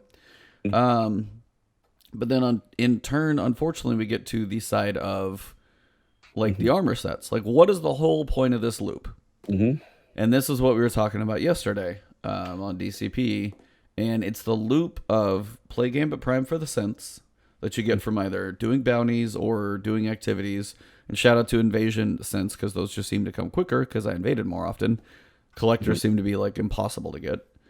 Then you take the cents, you put them in the wager bank in the Reckoning. You go do your activity, you get a piece of Gambit gear that is, unless it's a weekly bounty, is going to be 20 points lower, just like a random engram. Hmm. So you're going to have to get some infusion in there. Hmm. Infusion still having enhancement cores. That kind of takes away the instant use because when you go into Gambit, you've got PV like power level actually mattering on invasions or being invaded. Hmm. I'm just adding all this stuff on. And then on top of that, the sets that you get are only useful in Gambit Yeah. Prime. Not even just Gambit, Gambit Prime only. No, you're So, right. like, if you love Gambit Prime, sweet, this is going to be an awesome loop for you. If Gambit's really not your thing, then the whole armor set, like, grind is kind of not so much. Yeah. Before we No. even get into, like, all the, like, skills and talking about those, like, I mean, I know I basically sound like I built that thing up and just chopped it off at its legs. Like, what are your honest thoughts about that loop? Because for me, I have some frustrations with it. It's like, I understand this one is like Gambit Prime, has some lore or, some reasons to it, but like, I don't know. What do you think? Um, it's a tough one because I think this is kind of new territory for them in the sense of them trying to link two separate activities that are required or based on each other, right? So, I mean, listen, I it does suck that when I start the reckoning, the Gambit gear really it's not doing anything for me. The Gambit Right. Prime, Tier right? So one. that Yeah. part's a little frustrating because I want to really rock that gear, and I know it's not going to have the perks and stuff, but it just seems a little weird. Um, to your point, you got some valid points there. I mean, it's I just have to see the reason why I'm going to be I'm going to put my Pope Bear hat on right now. I've got to see more before I declare this some type of broken mechanic. I want to see where they go. I want to see once tier 3, what happens. What are we getting? What do we do? Maybe there is something that reveals itself as we get to the tier 3 record. Because the vibe I'm getting from you is that you really struggling with reckoning more, or Well, just what? Yeah. it's the loop of both. I like Gambit Prime as a different way to play Gambit and its thing, and then Reckoning having the rewards in Reckoning as the main purpose is these armor sets. But I can't take them into Nightfalls. I can't take them into Strikes. I can't take them into Raids, Patrols. They're just random gear like anything else. And say I don't get machine gun reserves or, fusion rifle scavenger or a perk I've got on it. There's no reason for me to take it into anything else. It's just a random roll of armor at that point that looks different because it glows. But other than that, it serves me no purpose outside of literally one bubble on the director. That's it. I feel what So you're it's saying. very, very specialized. Yeah. And Yeah. this is kind of the point of, okay, for one, you have 4 different sets for 3 different characters. Welcome to Vault Space Hell, which I already deal with on a daily basis because I'm a hoarder. Yes. I was like, I am. Anybody who watched my stream the other day, it's brutal and it's wrong. I know. But that's a thing for even people who have some stuff. And now you're like, okay, now I'm about to have, so let's see, 3 characters, 4 sets of armor, 5 pieces of gear. Do the math on that real fast. Like 3, 4, 12. It's, that's like 30 some odd pieces of gear. Like you're talking about a lot of crap. So it's a lot to hold on to. Yes. And it's still for one mode. And that's kind of the annoyance is that I understand the perks are specifically for that. Hey, if there's a raid set, it's that. But it's like this is where I think it's more testing, more let's see how this goes. Let's see how we can iron out the functionality of a set in a certain place. Because sets for everywhere, like where's a Vanguard set that helps me in strikes and story missions and patrols? Where's my raid set that gives me, like if it's not a Reaper set, it's a Last Wish plus bonuses or whatever, and you can get some increased benefits to those. And the worst part is they brought it up yesterday, and I actually hadn't thought about it that way. You shouldn't honestly be getting any of this stuff right now. You should be saving your synths because you're going to eventually want to just go for the tier 3. Those are going to cost 3 synths instead of 1. So really the point in this level 1 and level 2 gear is next to nothing because sadly you're not going to do much with it. I hear what you're saying. I mean, there's not like a node that says upgrade this initial piece of armor. They have different names. You make a different moat, you wager it for tier 2, and then you're going to get that tier 2. So it's literally like put tier 1 and tier 2. I mean, I forget which one said it last night, whether it was Tefty or Pope or Breyer or, 5,000 or Holtz. That's the only problem with talking like 6 people. I was like, I don't know who said it. Just power level. I think it was Breyer was like the one in that instance. Was like, just literally level. Do your powerful engrams, work on leveling up, spend your time doing that. If you're going to raid, get some of those taken mods and stuff from Last Wish. But then again, you turn around and you go back to the same thing we went to in Season of the Forge, going back to the same content we've been grinding, and it feels slow as hell. Yeah. Because like everything on the director is 1 health or 1 level. It's like really. Oh yeah, that is disgusting. Let's get in. Let's talk about it. Like I played it for a bit. I did a couple of powerful, drops, powerful gear activities, and it's giving me +1. And I'm like, wait a minute, what's going on? Like I literally was dismantling stuff. I was just like, that does not feel good. Like you doing powerful activity and you play, and then a point that Tef made that I have to agree. The problem with the annual pass format is that with prior DLC, say what you want about Curse of Osiris or Warmind or what have you, but when those DLC started, you felt the Destiny world had changed, right? You felt the rest of the world. The problem with these annual passes, this is like very pocket based. Like the Black Armory is a pocket based thing, and then when you're playing it, you still got to do Dreaming City, all this other stuff, the same stuff you've been doing. Right now, granted, that in order to level up, right? Like it's not that you're just doing nothing but Warmind, I mean Black Armory stuff exclusively. You're not doing nothing but Gambit Prime stuff exclusively. You still got to play this other stuff. So the old DLCs, it was one of those things where the world changed. You notice differences. You have more power sources, more vendor refreshes. Things changed as a whole. The annual pass seems like it's so pocketed in these little corners, and that I have a problem because it's like we're still going back to doing the old things that we got to do, you know what I'm saying, just to level up as opposed to just staying in this new content. Yeah. I mean, it's one of those points where if I'm going to be doing powerful gear and drops, like make the directors be like 2 or 3, so I start feeling, but make those prime engrams higher. God forbid we get up to 700. Like they're worried about time. The main reason they're doing this is because they want tier 1 and tier 2 and tier 3 to not be farmed. But you literally go look up on Destiny Tracker, like the highest level in 2 days, by the way, which is just bananas because I feel like my light level is like 650. So my Titan, I played a decent amount, not a ton. I played mostly Tuesday. I haven't played as much, and I got to 656. So I got some levels. Yeah. I didn't go run both raids on all 3 characters. People are 686 today. Wow. I mean, well, they're rated. They got to be rated, right? yeah. So I mean, but you see, like, the top 30 people are 680 and above. So I mean, you take an activity that's 690 and you just took the challenge out of it because they can still grind. So, their whole worry about time gating pieces of like, hey, we don't want you to be too high level, so this Reckoning tier 3 isn't too easy. Right. For the people who know life it anyway, yeah, I Dizzy 686. I'm going. I don't understand. There's got to be some new hustle, man. I mean, we know prime engrams are definitely. Yeah, I mean that's a thing as primes, but I mean you'd have to do like both raids on every character. You'd be doing the 100,000 point Nightfall, which at 680 you probably could start doing. Every piece of gear, and there's some RNG to make sure you got like all your slots continually getting filled. But like, I mean, and this is again for the not everybody, and this is also kind of a problem, is because say for the people who do know life it, and then they get these tier 3 sets that we're talking about. They're the ones that actually have the really good perks too. We'll get to in a second because apparently this is going to be #longpoint. Yes, sir.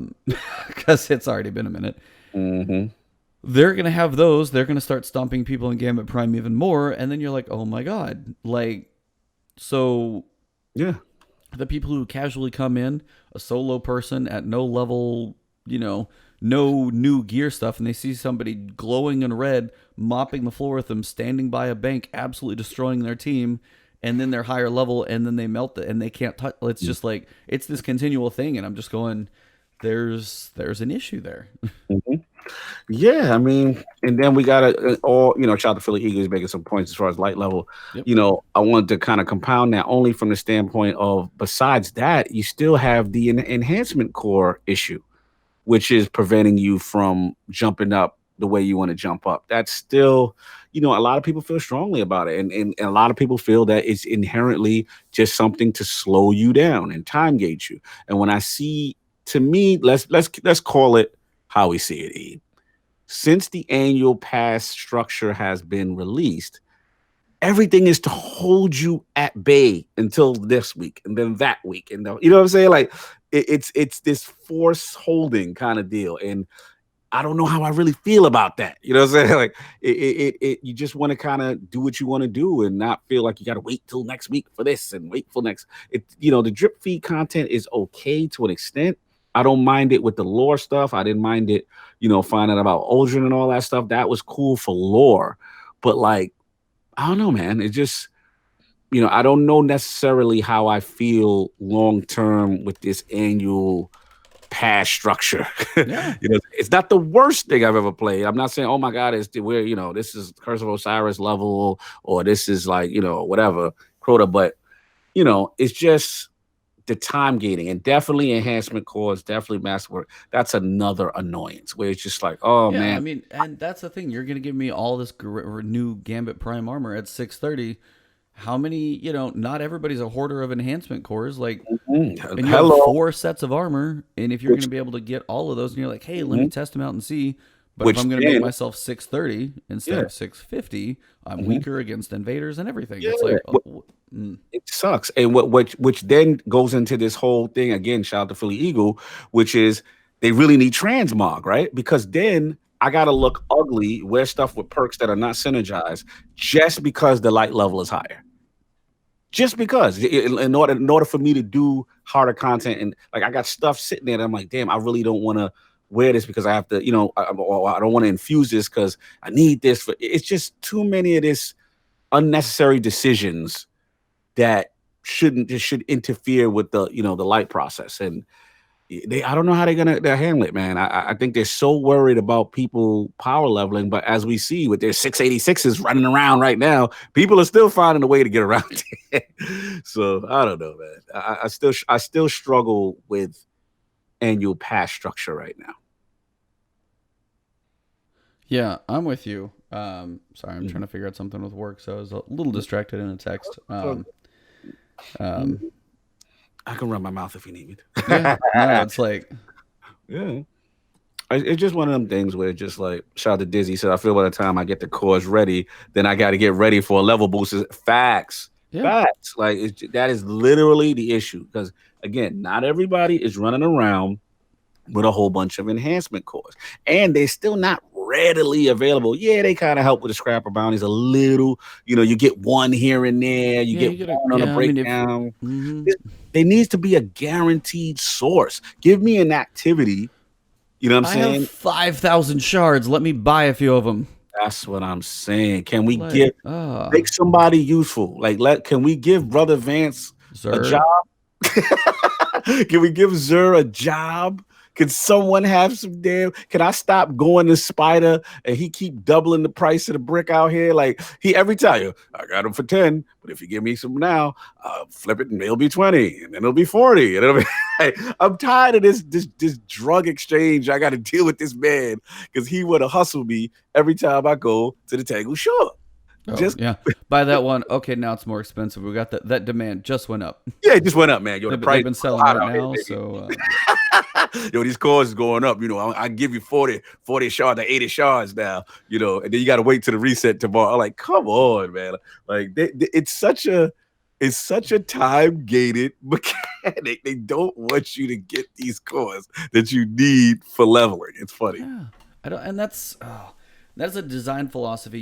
They've like thought about it because I've seen people like their Cosmo taking feedback about it, and it's a huge thing. Is the enhancement cores is my brother hates it, and I totally understand it. It's another thing like that you really want to grind up to 700, doing more of the same stuff, and it's don't make it as big of a deal on the power level stuff. Let us like infuse for nothing because God forbid people get to high level content. And Dizzy said it in your chat. It's like, no, or Philly Eagle did.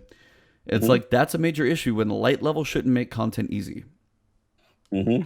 And that's a major flaw that Destiny has had for a lot of this stuff is the Forge was harder at first, but now it's basically a joke once you're high enough level. Oh It's my not God. The addict is out of control. He said, y'all gonna have to wrap this up. I reserved a date with Lord Cognito for Destiny at 11. This man is PC trying to get his grind on, trying to end the podcast. He out of control. Continue, E. Oh no, you're good. But yeah, it's a issue that seems to be apparent right now, and it's one of those things that we have to wonder what is going on. And we've talked about it multiple times. What is D3? What does September hold? Is there a wait? Is there this is there a point of is taking the focus away from D2 to put on D3, like sacrificing some content here? Are there Yeah, decisions they're even making? Are they good? they're holding us off. I mean, let's I just mean, call it. it's like, and then the question is like, when do you think it'll be ready? It's like, it's been in the works, but for them to do it right and well, Mhm. like they're going to be looking at some bigger changes again, which probably need some testing, some people flying out there, or to make sure they don't butcher like a D2 year launch and just ruin everything again. Yeah. So there's just so much up in the air. It's like, I don't mind the activities and, mix it up in Gambit, but even as like, it was either Briar or Tefty was saying, it's like, Gambit's one of those things I'm not just going to know life. Right. And Facts. we are going to have, coming up on Tuesday, we're going to have the Allegiance quest starting, where you got to pick Gambit or like, well, I say Zavala, but the Vanguard. But you Mhm. got to decide if you're going to support the Zavala, basically, in that. I feel like Ikora gets the shaft because Zavala was a Yeah, guard. because yeah, you're So it's right. like, it's a bad kind of mix that you got to screw one to not Hmm. like the other. But yeah, I'll do Drifter on one character. I mean, if you have multiple characters, that's good. And if you have the annual pass, then hey, honestly, just use the 640 power boost and go do the other quest. Like, you Hmm. should see them both because it'll be interesting what that has. Yeah, Um, the bounties of the nine, I'm intrigued about those. Those are kind of interesting if there's any story yes, or lore or anything. very, very excited about that actually. Just to explain, just a smidgen of any information about that is a good thing. Hmm. But just this like Gambit Prime, very focused single armor set loop, nothing else. And I Hmm. even said it yesterday. I was like, take some of the Nightfall exclusives. I'm not saying it's easy to make a weapon, but man, go put something else in there for me to grind because there's certain strikes. I'm like, yeah, if you have your duty bound, you got your, Savathun Song auto rifle. That thing doesn't even have random rolls on it. The Yeah. strike exclusives for many of the strikes, outside of a few, don't have random rolls Why because, aren't the loot? Sorry to cut you, but yeah, why no. has that been updated? Like, Yeah, I mean that's what even Tafty was saying. It's like, give us some more year one loot. I mean, it brings back to Holtzman's points of like, you're still grinding the same stuff over and over, but at least it might have a little bit of a refresh to it. Like, give me a Manananan that has random rolls. absolutely, the assets are there. They're literally sitting on all these assets and armor pieces and weapons that they introduced that they just not using. So again, the vibe I'm getting, again, not making any excuses for it, is just that this content is to hold us off during this whole transition, and then we'll see if anything does prep for September, or they say, hey, they're going all out for D3. But yeah, I agree. I agree. I mean, they say there's new weapons on armor. There's one exotic that I've Hmm. heard of, at least, and then there's what, three armor pieces.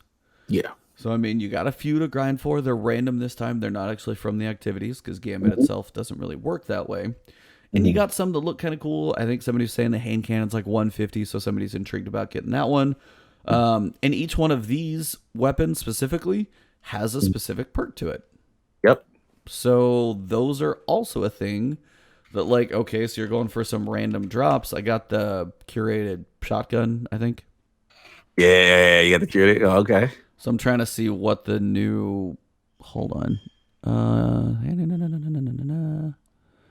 Shotgun, last man standing. So for mine, perk on it was actually nothing special.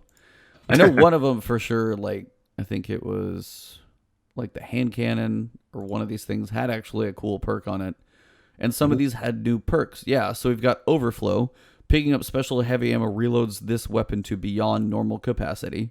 And it's a hand cannon. Okay. Oh, okay. And it's got explosive payload. So Okay. while it may not be the best, it's actually got the chance to have that in there. You've got fourth times the charm on this hand cannon. Hmm. So that's, landing precision hits will return 2 rounds to the mag. You got Hmm. Substance, which is a new perk. Kills partially reload the magazine from reserves, but reserve capacity is reduced. Hmm. So that's kind of a trade off of like continually being able to do more, but you give up your reserves. You got rapid hit and threat detector and field prep, and I don't think. Oh, you got multi kill clip. Reloading grants increased damage based on the number of rapid kills made beforehand. So, I mean, and then you got Swashbuckler. This weapon gains increased damage from melee kills and kills with this weapon. Okay. So, I mean, there are some new perks in there, but they're literally limited to like 6 guns. They're Yeah. not going to start rolling on like a new trust hand cannon or something like that, to my knowledge. They're not. They're not going to change any of the old stuff. Right. Yeah, I mean, it's just clear design choices. They did kind of the same thing with Black Armory, right? Because you had exclusive perks that you could Yep. only get from weapons in that thing, and this is the direction they're going. And again, the only thought process I got, and I'm going to keep reiterating it, is that they are holding us off to prep for whether it be the fall content DLC or you know D3. You know what I'm saying? And they are sticking to this drip feed stuff during all the way until season of the opulence, and then after that we will see. But I think they got to go back to the old model, come September, because again, it's a competitive space out here. We're gonna talk about Anthem, we're gonna talk about Division, and this is cool for a week or two. And like right now, this is good for us because we can actually play multiple games with this structure, Yeah, right? I mean that's But what I think Bungie's just being nice, so we can actually yeah. get to enjoy. I mean, you got Division, Mhm. Anthem's out doing its ups and downs, but it's like it's continually being supported, whether it's got a lot of stuff to fix or not. They are trying to stick with it, and Right. then you've also got like me. I'm gonna play Sekiro. I'm sorry. Absolutely. Thanks to Miss 5000. What's Sekiro? Second off. I was like, I finally figured out how to say it. Thanks, sir. But Mm-hmm. like that's a Dark Souls game. That's going to be like 30 hours probably easy. That's a chunk of time. That's going to be something I enjoy. And for me, I intend to play Gambit Prime is like, yeah, it's like really, go in, do some powerful gear, see however you get it. If you're going to raid, do some of that. But your grind for tier 3 or Gambit Prime, if you like Gambit Prime, cool. But the other stuff like can wait and there's not really a rush on it. There's really none. Absolutely. Which is weird as a Destiny fan, right? Isn't it weird that like, we play a little bit, get everything done so quickly, wait for a week here, wait for a week there. It like I said, I mean, it's an interesting strategy. We just got to see, because like you said, these other games are getting Anthem's going to improve. They're going to keep trying it. They don't seem to be giving up. The devs seem to be working very hard. We're going to talk about that patch division. We're going to talk about this end game. We're going to talk about every time I'm turning on, they are telling me about some new thing that you can do for end game. It's man. It's a lot. And then we got all these single player games, right? You got a lot of stuff. Devil May Cry dropped. You know what I'm saying? Like, it's a That lot. looked like it got some pretty good reviews too. Yeah, you got how you pronounce it? Sekiro. Sekiro. Sekiro. You know what I'm saying? You got that. The Dark Soul fans are gonna be. This is interesting. That's why it's gonna be curious what happens. Going forward. But I mean, again, I don't want to trash Season of Drifter. Like, I'm enjoying myself. Don't get me wrong. Yeah. But we are both seeing. We still see some flaws here and there. Yeah. And we just hope that as it goes on, at hopefully with Season of Opulence, that we get more, that we get with each content drop, we should be getting, what happened to new strikes, new Crucible maps. Comp is a mess right now. Like, let's just call it. PC Comp is worse than console too. Yeah, PvP is a mess right now. Like, there is no end game. They already told us we ain't getting trials no time soon. We don't know what else. Like, if you're a PvP guy like me, I'm just making my own thing because there's sandbox changes and I want to At test. least leave Mayhem in there all the time. So if I want to burn off Steam, I can have some fun. That's like, I mean, and that's the thing. Crucible Labs is currently mostly being unused. They've tested it like 2 or 3 times. That could be something where they even like, just give us an attempt at, either Rift, which would be a nice thing to have back for a different mode. Elimination, throw it in Crucible Labs. Just people be, hey, go try it in there. Have some fun. Mix it up. Like, see what happens if the 3v3 magic is there or not. But all of those things are, it's just this compounding thing of right now is a time when Destiny is not like if front and center, because especially if Gambit isn't your thing, there's low incentive to jump in, grind your stuff again, and there's a lot of other stuff barking at your door, and people are like, yeah, I'm gonna go play Division 2 next week, or I'm gonna go play Sekiro the week after that, or I'm gonna play both. Like, I don't have time to play 60 games at once, much less try and no life something that right now is very, very limited in scope. Absolutely. So, yeah, I mean, a lack of additional things to this annual pass, whether it's a strike, whether it's, a quest every so often that pops through, and the Allegiance quest, I will be curious. In the 9 stuff, I'll be curious. Because but that's like your pop in on Tuesday. That's not like make it my hobby. Right. So that's the big difference for me is that it's no longer the continuous, I want to keep playing, I want to keep working on stuff. The grind, if there were like 6 different armor sets, maybe that'd be a thing. But not so much. So yeah, great. Yeah, I think you nailed it. But yeah, we've got the armor perks. If you guys want to look at them, the cool ones for Reaper, that's the one where you basically clear as many enemies as possible. The big one is defeating powerful enemies grants a temporary surge in grenade recharge rate. So if you clear that one, I feel like that one's kind of lackluster. But honestly, the +3 of defeating a high value target, marking it and weakening it. As soon as I did that, those guys did drop fast because I went Reaper and I have a full set. So those guys dropped a little faster. The loot pinata or the pinata of death for special ammo, which is good. This like the 10 stack for the Reaper, the motes lasting longer is more valuable than I swear almost anything else. Like motes disappear super fast in Prime, in my opinion. I mean, they do in Gambit as well, because like, but they feel like in Prime you're like either farther around the corner and you don't realize they're there. It's just like a little less obvious. You don't see the beams all the time. Yeah, yeah, because of the line of sight and stuff. Yep. So like that one, I feel like if that 10-1 was maybe where 6 was, and then 6 was a little more than just dropping special ammo, because I don't really tend to run out of that. I was running Jotun, and I don't think I was really hurting on it. If you mix up what you're shooting, you're probably okay. So that one seems lackluster to me. Collector. Now, I want to see what a giant blocker is. I want to know what that is. Facts. What do you think it would be? Big Ogre? Big Ogre, right? Because didn't they get rid of the Ogre before? Yeah, they got rid of the Ogre, and I think that's the one that makes sense for, pushing people off and kind of really having a crazy health pool. Like, that would be one that could really make a difference. I mean, holding on to 20 motes sounds terrifying. 20 motes in that mode. But that's where, I mean, if you know somebody's running that collector set, dude, you sacrifice your body. You throw your body in front of that bullet. Like, you go Secret Service on that guy. Yeah, I like full armor, though, because if you're mote collecting and then you get a little overshield, you know what I'm saying? Because it get a little dicey sometimes. And then think about mote collecting, and the invader comes in. Hey, every little bit of shield helps. Oh yeah. Yeah. I think drop a portion of your motes carried on death. So even if you are in the mix and kind of doing that stuff and you die, your buddies can kind of help some of that. Yeah. And then when you bank, you get some ammo back. So I mean, running something like Jotun, you're never gonna run out. Yeah, that's a good one. Yeah, cashback. That's a good perk, especially when I get my hands back on Lord of Woes. I don't know. Use that. So we got Sentry. So multi-kills grant a damage buff against taken. So this one's kind of, Sentry's a little weird. It's very specialized on it's my baby. The blockers and stuff, but you have to go get multi-kills to get a damage buff against taken. So I mean, but the way the way this map is set up, if you're in the if it doesn't last that long and you're the one who's meant to kill the blockers, you're either hanging towards the middle and trying to pick stuff off and like doing your job. But where are you going to get your multi-kills from to get your buff of taken? Yeah, you're that not part out in the mix. Like, that's weird. So you have to have a balance of killing and going back. Like, that's what I have to do. I like kill and going back. Killing. Yeah, so that one needs to last long enough, I guess would say. The big deal. I agree. So if you're out there getting mixes and kills and it clears, I guess it clears when you damage a taken combatant. So it stacks up to 5 times. I guess go run with your buddies, do that, and you be the lead back if there's guys there. Yeah. Safe and sound, standing near the bank triggers health regeneration. Ooh. So, I mean, if you're near the bank and you got to take out some of those blockers, you might get some health to save yourself to do that.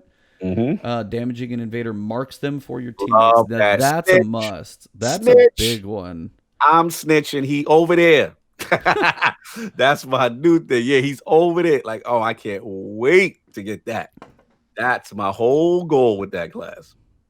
And then now this is weird to me because it's very specifically, or is the Well of Light the buff on the ground, or is it because Well of Radiance is actually the class? I was thinking this was just Warlocks, but yeah. Yeah, me too. I was like, is this a Warlock to get from? Like, wait, hold on. The Well of Light during maximum resilience, mobility, and recovery while in there. So you're basically helping, like when it comes to damage time, if you have that full sentry, and then on top you get that combo of Well of Radiance for the damage buff and some things.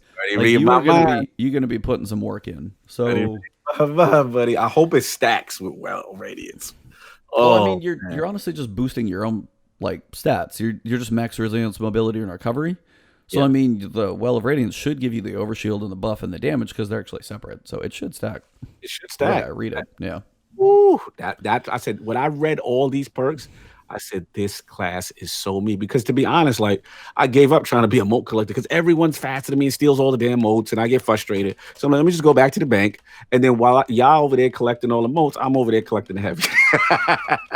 Yeah, me, I want my heavy ammo finder now for sure. Make sure you are running that. The Taken thing where you kill them with grenade and you get stuff to drop is like a must. So go run Last Wish for that. But that's the other piece that kind of emphasizes how important heavy ammo is in this game. If you get those heavy ammo drops and I'm running with like 150 bullets of my machine gun, go invade, do that, come back, pump some damage in real quick, like melt some mini ads, pump down. I mean, like if I'm running with heavy continuously, which there were some matches where I really hardly was running out, I'm just running with my machine gun as my primary. Yeah. And that's, I mean, to a point of being broken, but also like heavy ammo is so important in this. Like, if you're going to run Wardcliff Coil and you're getting those heavy ammo drops and you finally have 6 shots and you don't kill yourself on a rally barricade, which, trust me, I've almost done. But you can pump out like 6 Wardcliff Coils into a boss on like, Primeval Slayer like 3 or 4. Dude, it's over. Yeah. So heavy is still that make or break for so many things in this game. I mean, even when I was running Shattered Throne, if heavy ammo dropped in my run, I knew I was going to be okay, but I'm not going to try and shoot like Vorgeth with like my pulse rifle and try and damage him. I'm not even going to get through like a quarter of his health doing that. Yeah, you're not going to get anything done with that. So that's like a problem with heavy being so important that I like the weight of a heavy weapon. It should be, but it's just so like it's a must. You have to have you have to use it. It's inconsistent, and they have to figure out a balance, because I agree. Without it, man, it's really disgusting out there without it. Yeah, and it's like it doesn't drop off all the majors now like it used to, which was at least some consistent piece. Heavy ammo seems to either be like I'm rolling in it or I have 0. It's like I can't find it or I get none. Agreed. Invaders, sorry, the last piece. While invading, ammo slowly trickles into your kinetic and energy weapons over time. That's actually kind of interesting. So if I'm using like a Yotan or a sniper, you're going to be still getting that ammo back. Like, I don't know how slowly, but if it trickles while invading, you only have 30 seconds. It's not going to be like ding, ding, ding, ding. But if you get like 3 or 4 more shots, then you'll be okay. Grants an improved invasion overshield. Like, are you freaking kidding me on that one? Like, they're already hard to kill. That's rough. I mean, like, damn, dude. That's rough. Yeah, invaders are strong, man. They are super strong. Oh, man. Killmonger. Each guardian defeated while invading grants a temporary damage bonus once you return to your own area. I mean, if you do it in the Primeval phase and you can time it right, go invade, come back, stand on the Primeval Slayer buff, and go work. But the big one, Bank Robber. Just invading locks the bank. And then if you stand near it, you drain the moats. Like, wow. Dude. Wow. How powerful is that? How game-changing is that? Just your presence locks the bank. And if you happen to be over there, with my presence. Let me go over there and drain your... Oh, man. Could you imagine that? And think about if you have an Invader 15, right? And you tell your teammates, yo, 2-stack deposit moats. Then you go over. So you already got the drain from the 2 blockers, your presence, and then if you really want to be disgusting, let's say you're a Titan, you put a Titan bubble. Oh, yeah. On the bank. Yeah, that's the thing. Like, Titan bubble it up. Oh. And that work. How disgusting is that? Oh. Fun police for big time, sure. The salt will be real. The salt will be Yeah, it's going to be pouring heavy and thick. But I was like, and that's like, I've been asking for this type of stuff for forever. So I'm excited. Like, this is a cool, like, different sets of armor for Gambit. It makes things interesting. Like, if you run, like, 2 and 2, or if you have a full even team, or you go 4 invaders, so everybody's just going to go mess them up. Like, like but you can have some... agree, though, Reaper's kind of weak. Reaper's weak. Yeah, like, working through here, Reaper needs some love. Like, I mean, a recharge rate to your grenade energy, okay. Moats lasting longer should be literally like +3. Yeah. Like, that's... Some buffs. I don't feel this is equal in comparison. No. Like, a 15 Reaper, all he's getting is grenade recharge rates. Yeah, I mean, I don't think so. I mean, I know your point's to go, like, kill the guys, and unless you get, like, a 10-second buff where you're throwing 10 different grenades and you can just wipe an area. But, like, even if you do get that for, I mean, I don't know. It definitely feels weak for sure. And Collector has its specialized benefits. You got to know they're there. You're going to play your role. Carrying 20 is like really risky, so I'd probably run Collector only with a coordinated team who can defend me, who can know that I'm going to be there, who's going to sacrifice, who's going to defend me. Because that giant blocker may be a big deal. But yeah, Reaper needs some love. Yeah, absolutely. But yeah, I was like, this just shows like armor sets are possible. They finally figured out a way to do it. Hopefully there's a buttload of these in Destiny 3 or whatever the hell's coming next. I think this is test bed for D3. Yeah, that's sadly what all this is test bed for what's coming. And unfortunately, it's really limited in scope, and that kind of hurts its use in everything else, which sucks. Yeah, So man. yeah, that's pretty much everything for Destiny 2, guys. It is fun. Like Gambit Prime is cool, has its mix. Reckoning's going to be interesting when you get to tier 3. It Hmm. just depends. It's one of those, if you want to jump in, do some powerful gear, Hmm. slowly grind up over time, and if you want to play other games, hey, spend your Tuesday doing some powerful stuff, maybe do a couple matches, see how the Reckoning's going, and try some of that stuff and mix it up. But I would probably say you don't have to rush anything, which is Right. unfortunate. And if you're Hmm. like pulled away by other games, not a lot is going to change because unless you're one of those who raids a ton, your level is just going to take some time and just do it over time. Hmm. Which is a weird thing to say about Destiny when I say like, It's so weird to say like to walk away from it. I completely agree. yeah. So, but yeah, that's kind of where we're at in the state of Destiny 2. We'll see. It's like I'm intrigued with some of the stuff coming next week. That has me more excited after this kind of first week of Yeah. more of the quests in 9, and those things will give us more to do, because I think some of those allegiance quests from one of the, I think Houndish was like, there's 11 steps to that stuff. I don't know if it's time gated. I don't know if you have to go through it all, but that's a lengthy piece of like that's at least going to be something to do. So cool story, maybe some lore in there. So I'll be curious about that. Yeah. So that'll be something to experience. But I can't wait. I'm outside of actually looking that, forward to that big time. I'm looking forward to the lore aspects, the Vanguard quest, the Allegiance quest, that kind of stuff. And like I said, better than let's be clear, this is better than the Forge so far. Just it's an early stage. yeah, I mean, you And did get but to play the content. The onboarding's not just broken, yeah, for they did sure on some that. quality of life stuff. It's cool. This is fun. We're having a good time. But again, we don't want to sugarcoat the flaws. I'm glad we did talk about that we put that out. And like I said, get in there, get out, get what you got to do. You know what I'm saying? And then we got 2 other games to talk about. Oh yeah. So we're Hmm. going to briefly touch on Anthem, Hmm. and basically go over some. Apparently, had a lot of windows open. We had some patch notes. So they have a stream that they just got finished. So Tuesday, the patch is supposed to hit for what they talk about here, and they also discuss some other things that are in the works. So for the patch on March 12th, lots of crash fixes, including the one that's shutting down of PS4s. BioWare is saying that no PS4s have been permanently damaged from the issue, which some have claimed, but the shutoff problem should be fixed. Now, Hmm. it should not have happened in the first place. My brother was telling me during the demo or the beta when he played it with my nephews, like he sounded like he was getting audio glitches because the damn thing was so hot. Yeah, So it sounds like it's optimization taking with off. this game, especially on like the low consoles, is rough for sure. So that's a Mhm. thing, and PS4 is taking the heat on this one of like we struggling over here just to turn on. Mhm. So that is a major issue. It's like whether I have fun in the game or not on PC, and I've had a decent run at it. This is bad. This should Thank not you for saying. happen. I was waiting for you. I'm No, like, no, straight you up. was defense forcing for a bit. I was just like, let me No, hear I'm what he saying gonna like say. my run on PC, because I have a butt ton of fans in my rig, and I That's have a okay. radiator, and I can keep it cold. But a standard PlayStation that this game still comes out on, if you got the Legion Mhm. of Dawn edition, you beta tested the game for a week, you got a day one patch, Mhm. and then you've got like your PS4 trying to take off and then just melt in your lap. Like, Mhm. people over there literally crying on their PS4 just to try and cool it off right now. Like it's a problem.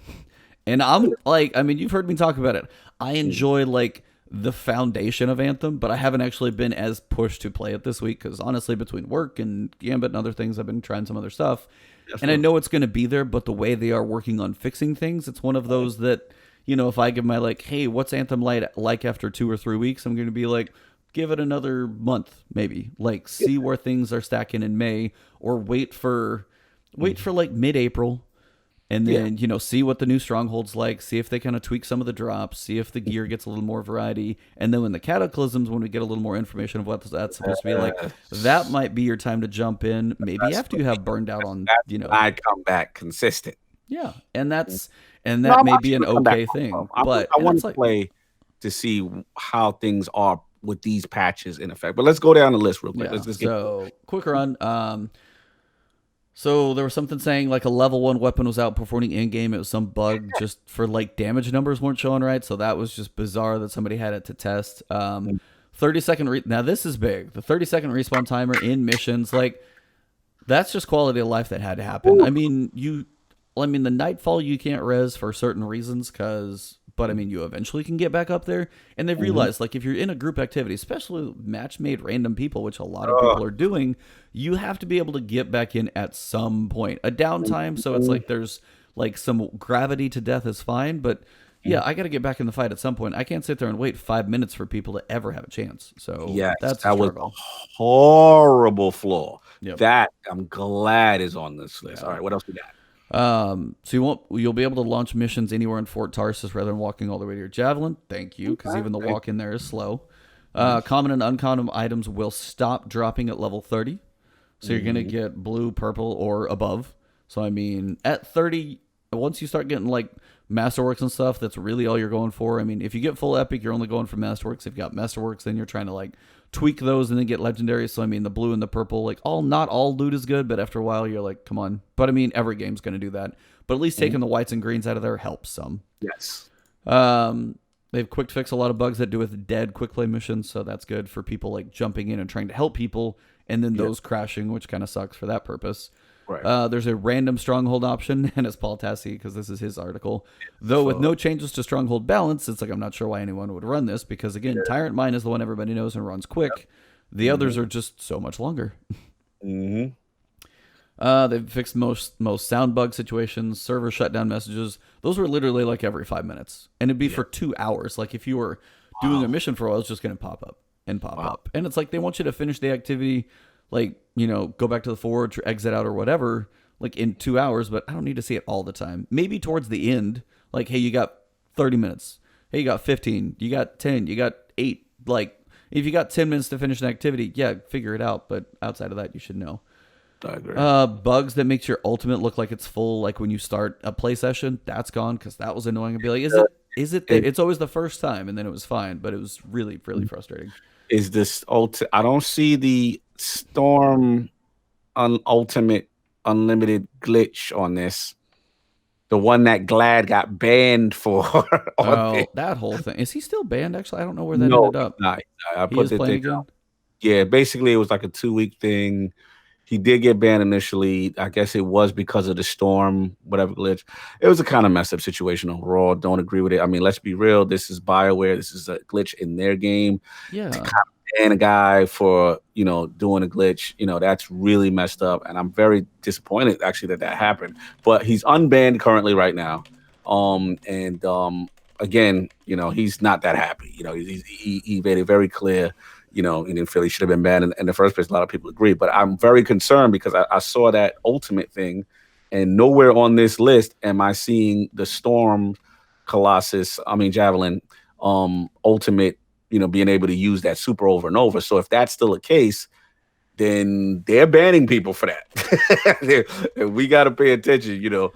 Listen, did he say you exploit, you risk breaking the community guidelines and getting banned? But the problem is this is an issue that's a bug in their game. It's not an exploit. No one's using. I mean, it's an exploit. I mean, the best reference was like the loot cave that I heard. Right. You know what I'm saying? Like, if it's a bug in the game based on the developers, then it's up to the developer to fix that game, and you can't punish people for utilizing it. That's just what people are going to do. Yeah, it's like, you know, knocking Crota or knocking Crota off the thing. You think everybody not going to push Atheon off the wall? Atheon, that's what I'm thinking of. It's like it'd be like getting a glitch for doing that. And there's PvP in Destiny where that would actually make a difference when you can get Vex Mythoclast and stuff. There's no PvP in this. You only hurt your own enjoyment as you're farming something. Like, that's absolutely. So we got to keep it true, Anthem guys. Listen, Philly Eagle. Yeah, it's like, I mean, end user agreement is like, yeah. Listen, here's the problem, Philly Eagle, and here's the problem, Disney. This game, as much as we love it, right, has had a very rough start, right? Mm-hmm. You get killed in the press. You get killed because there are a lot of fundamentally flawed and broken things with the game. The last thing you want to be doing is banning players from your game. Like, that's the last. What was it? Like the skill ups, like he and his brother when they do Layman Gaming. It's like Anthem ban's the only person still streaming it or something. Exactly. Like the player base and the whole mentality of it is so low right now. It's such in a negative media space. Yep. The last thing they need to do is that. So I get it to the letter of the law with your end user agreement. I get it. But if you look at other games, Destiny, Division, all that other stuff, if there are bugs by the developer, right? This is a developer flaw, and players are doing it, right? They're not using a cheat code, they're not using third party software. That is on the developer to fix that issue. And that's not here. So I I'm mean, warning how everybody. long has Titan skating been in there? Exactly. I And mean, and people, that's truly like a macro. That's outside of the game where you're kind of breaking inputs to a point that is outside of normal boundaries. Like that would be a point where that's almost more than. I mean, I didn't jump into it, but from what I've gathered, like from what you're saying, I need to watch the video at some point. But it's literally just him using functions or breaking something in it. But again, it's like you're not affecting anybody else's playtime but your own.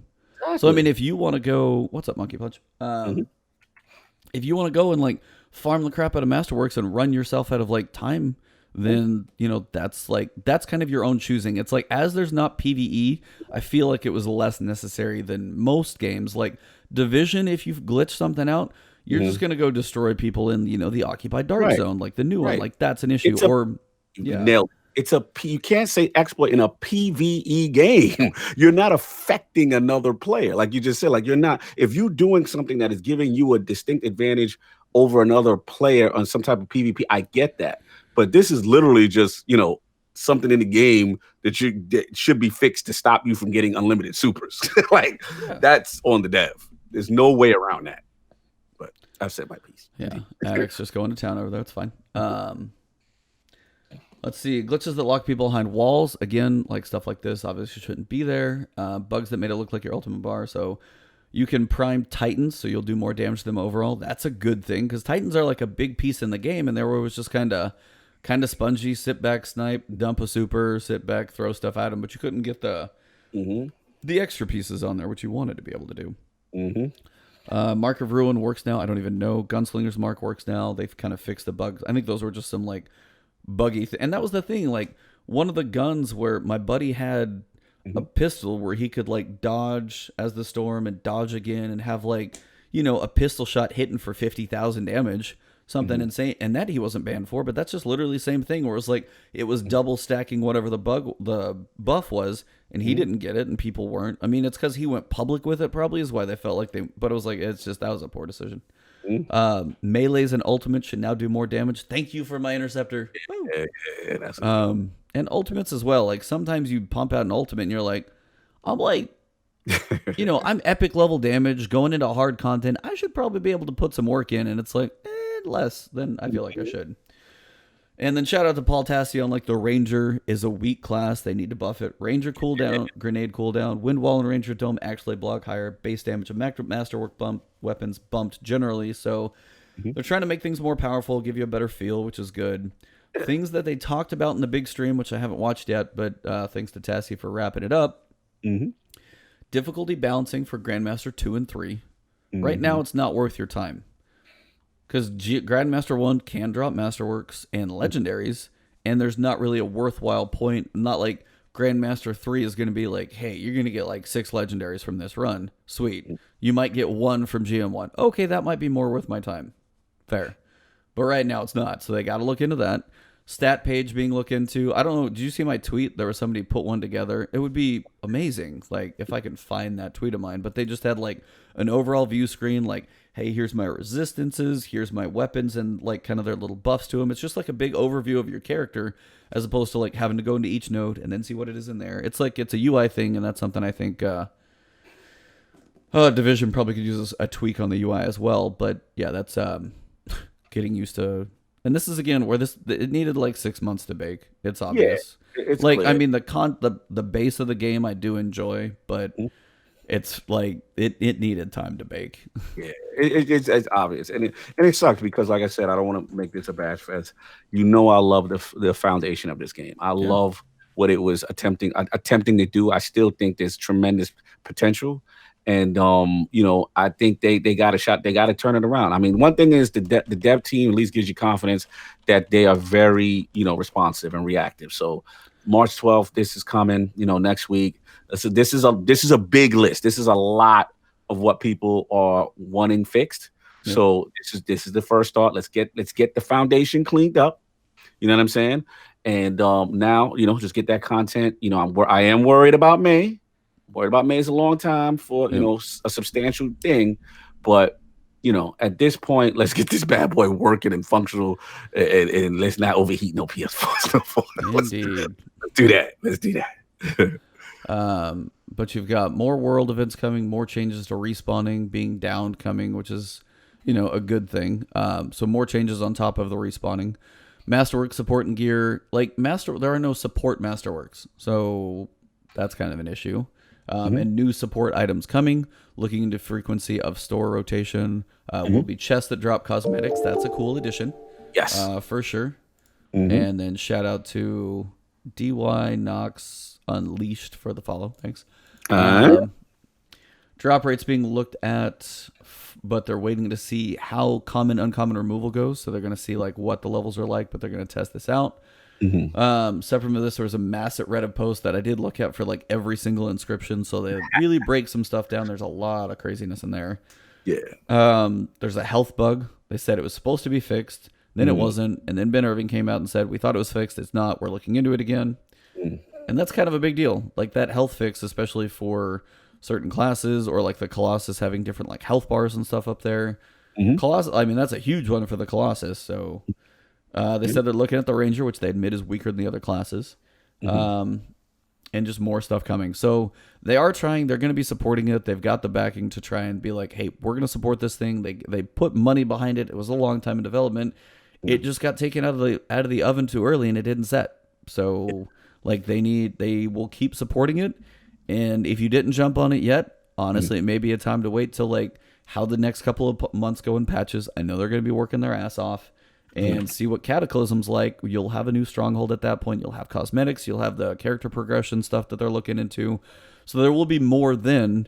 And it's a shame it released without all of these things and with the poor launch. If it would have launched with another stronghold, the Cataclysm was coming, like a raid. Hey, 2 weeks later, we're going to have the Cataclysm. If the timing of that felt like a better, full, complete launch, we're about to talk about another game that's just going to smash the doors off things, they would be in a better place. And EA probably just was the point where you have to launch now. And they're probably we don't want to. Things are broken. You have to. Okay, here we go. And that's all they just got to hold on for the ride. And unfortunately now they're just in a level of crunch time for probably 6 months to try and save this thing. So it's I feel for BioWare. I don't think they wanted to put something out that was broken if they had the choice, but there's time constraints and things, and that's what it is. So Anthem's got some work to do. There's another game though that's been putting in some work, and it's called Division 2. Yeah, man. And yeah, where do you want to start? I'm just going to leave this on screen because it's kind of a cool image to see all the stuff you got. But where do you want to start with what we got coming with Division 2 next week? And by the way, I'm out of town next week, so I'm going to be delayed. Yeah, but you're on Xbox anyway, so I'm going to be doing my PC thing on my own. wait, no. There's been some developments thanks to Lord Addict. I am the owner of a free copy of the PC version. I never got a chance to talk to you. I know you had the DCP stuff, so I'm going to be playing on Xbox predominantly. But if you do want to play, and like I said, I do have a copy now. So shout out to Lord Addict, my man's hooking me up that AMD special, that AMD love. Nice. You know what I'm saying? Shut up, Dizzy. He's hating. Here comes. As soon as we start talking to him, we're gonna get 65 Dizzy tweets about how he hates Ubisoft. So just warning you guys now. Where's BK Bedside when I need him? Anyway, but yeah, man, there's a lot of stuff. This infographic is a ton of stuff. I'm not going to go into every aspect because we'll be here all day, and this is seriously, aka long point right now. Oh yeah, but 2.5 already, and you gotta crash. Yeah, the gist of it, gear score, specializations, exotics are coming back, skill variants, all that stuff. Oh, shout out to Forte. He's doing PC and Xbox too. My man. All right. So yeah, player equipment mods. They really break down the basics. But what I actually wanted to dive into is I wanted to give a shout out actually to my boy Snaldo, who was actually in the chat earlier. He's got a great article up right now, and that's up on our site, Lognet, which is lordsofgaming.net. And basically what it is right now is they had a state of the game stream, right? And I'm gonna be full disclosure, as much as I've been pom-pomming for Division, they got to work on their streams. Like, no disrespect to no community manager. It's just that I come from Bungie and I know what a stream, you know what I'm saying? That high Yeah. level production. And it's just, they got to work on that. They got to work on, making it snazzy. You know what I'm saying? Like, I'm not there with it. But anyway, back to There what we I go. was saying. I got it up on stream now. So All right, cool, cool. You got it up and straight. So, yeah, man. So pretty much what it is right now, there's a lot going on, as far as the what to do after level 30, right? That to me, we know there's raids and other stuff, but I didn't realize there was so much more stuff. Yeah, shout out to Gaming 14. Yeah, their streams are boring as hell. Thank you oh for man, I didn't yeah, want to go there. they're rough. I agree. So I'm glad my man Petey, he stuck it out. He wrote a great article pretty much summarizing what they talked about to get the juicy stuff. So pretty much what it is, level 30 and beyond. So what we did know is that remember that extra faction, the Black Tusk, is coming, right? Yep. So we get to see how the map changes, how things and world tier missions start. Now, what he says is that in Division One, World Tier made everything harder. But in Division Two, the World Tiers are locked behind strongholds, which are locked through 2 invasion missions that you have to complete. Now, these strongholds, which I didn't realize going in the game, are focal points throughout the leveling process. To complete World Tier 3, you must complete the stronghold of Tidal Basin. That they want you to feel like you're always under the gear score to feel a challenge in the game. So it's a progression, right? You've got to have that you got the stronghold, you got the invasion missions. You see here, you got the Roosevelt Island, the Capitol building, the District Union area, and they got these requirements and gear score requirements for that. You know what I mean? So this way, it says it once you make the world feel alive, it's a push and pull dynamic with the factions throughout the map.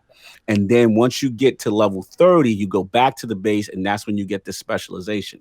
Now, as we explained last word, the specializations actually for Destiny guys, think of them like a subclass unlock, right? And you get to pick which route you want to go. And we do know with the couple of content drops, they're going to be adding more of these. Yeah, they've So got 3 more planned.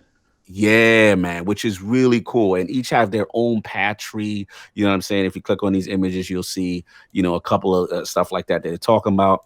And it's just really cool. You know what I'm saying? I think it's a really cool end game kind of mechanic with that. And yeah, man, then they're talking about, with the world tiers. Now, I don't know if you guys remember with the settlements in the game. There's settlements in the game. There's people in the game that pretty much have to, like, you can assist, and then when you do jobs and missions for them, they actually help you fighting. Like, you can pull up if you're getting besieged by a certain faction, you're out in the world, you can shoot a flare in the air, and these actual NPCs come and help you, right? Which is really cool. So now they're talking about as you go on with these World Tier 1, they're talking about bounties, and they're talking about also having the dailies and weeklies, kind of like a Destiny, you know what I'm saying? And then there's a new thing where it's a mission to kill all 52 named bosses, and it's gonna be crazy. Like, the vibe that I'm getting right now, there's a random merchant also in a Zer kind of frame called Cassie, who says gear walks around the map. It's kind of random. You got to find out where she's at. You know what I'm saying? So it's a lot of stuff going on, man. And it's really cool to see that every single time they're adding more and more stuff. And it's like, we already heard about the clan stuff last week. You know what I'm saying? Now we're hearing about the world tiers this week. We're hearing about the strongholds. We're hearing about the missions.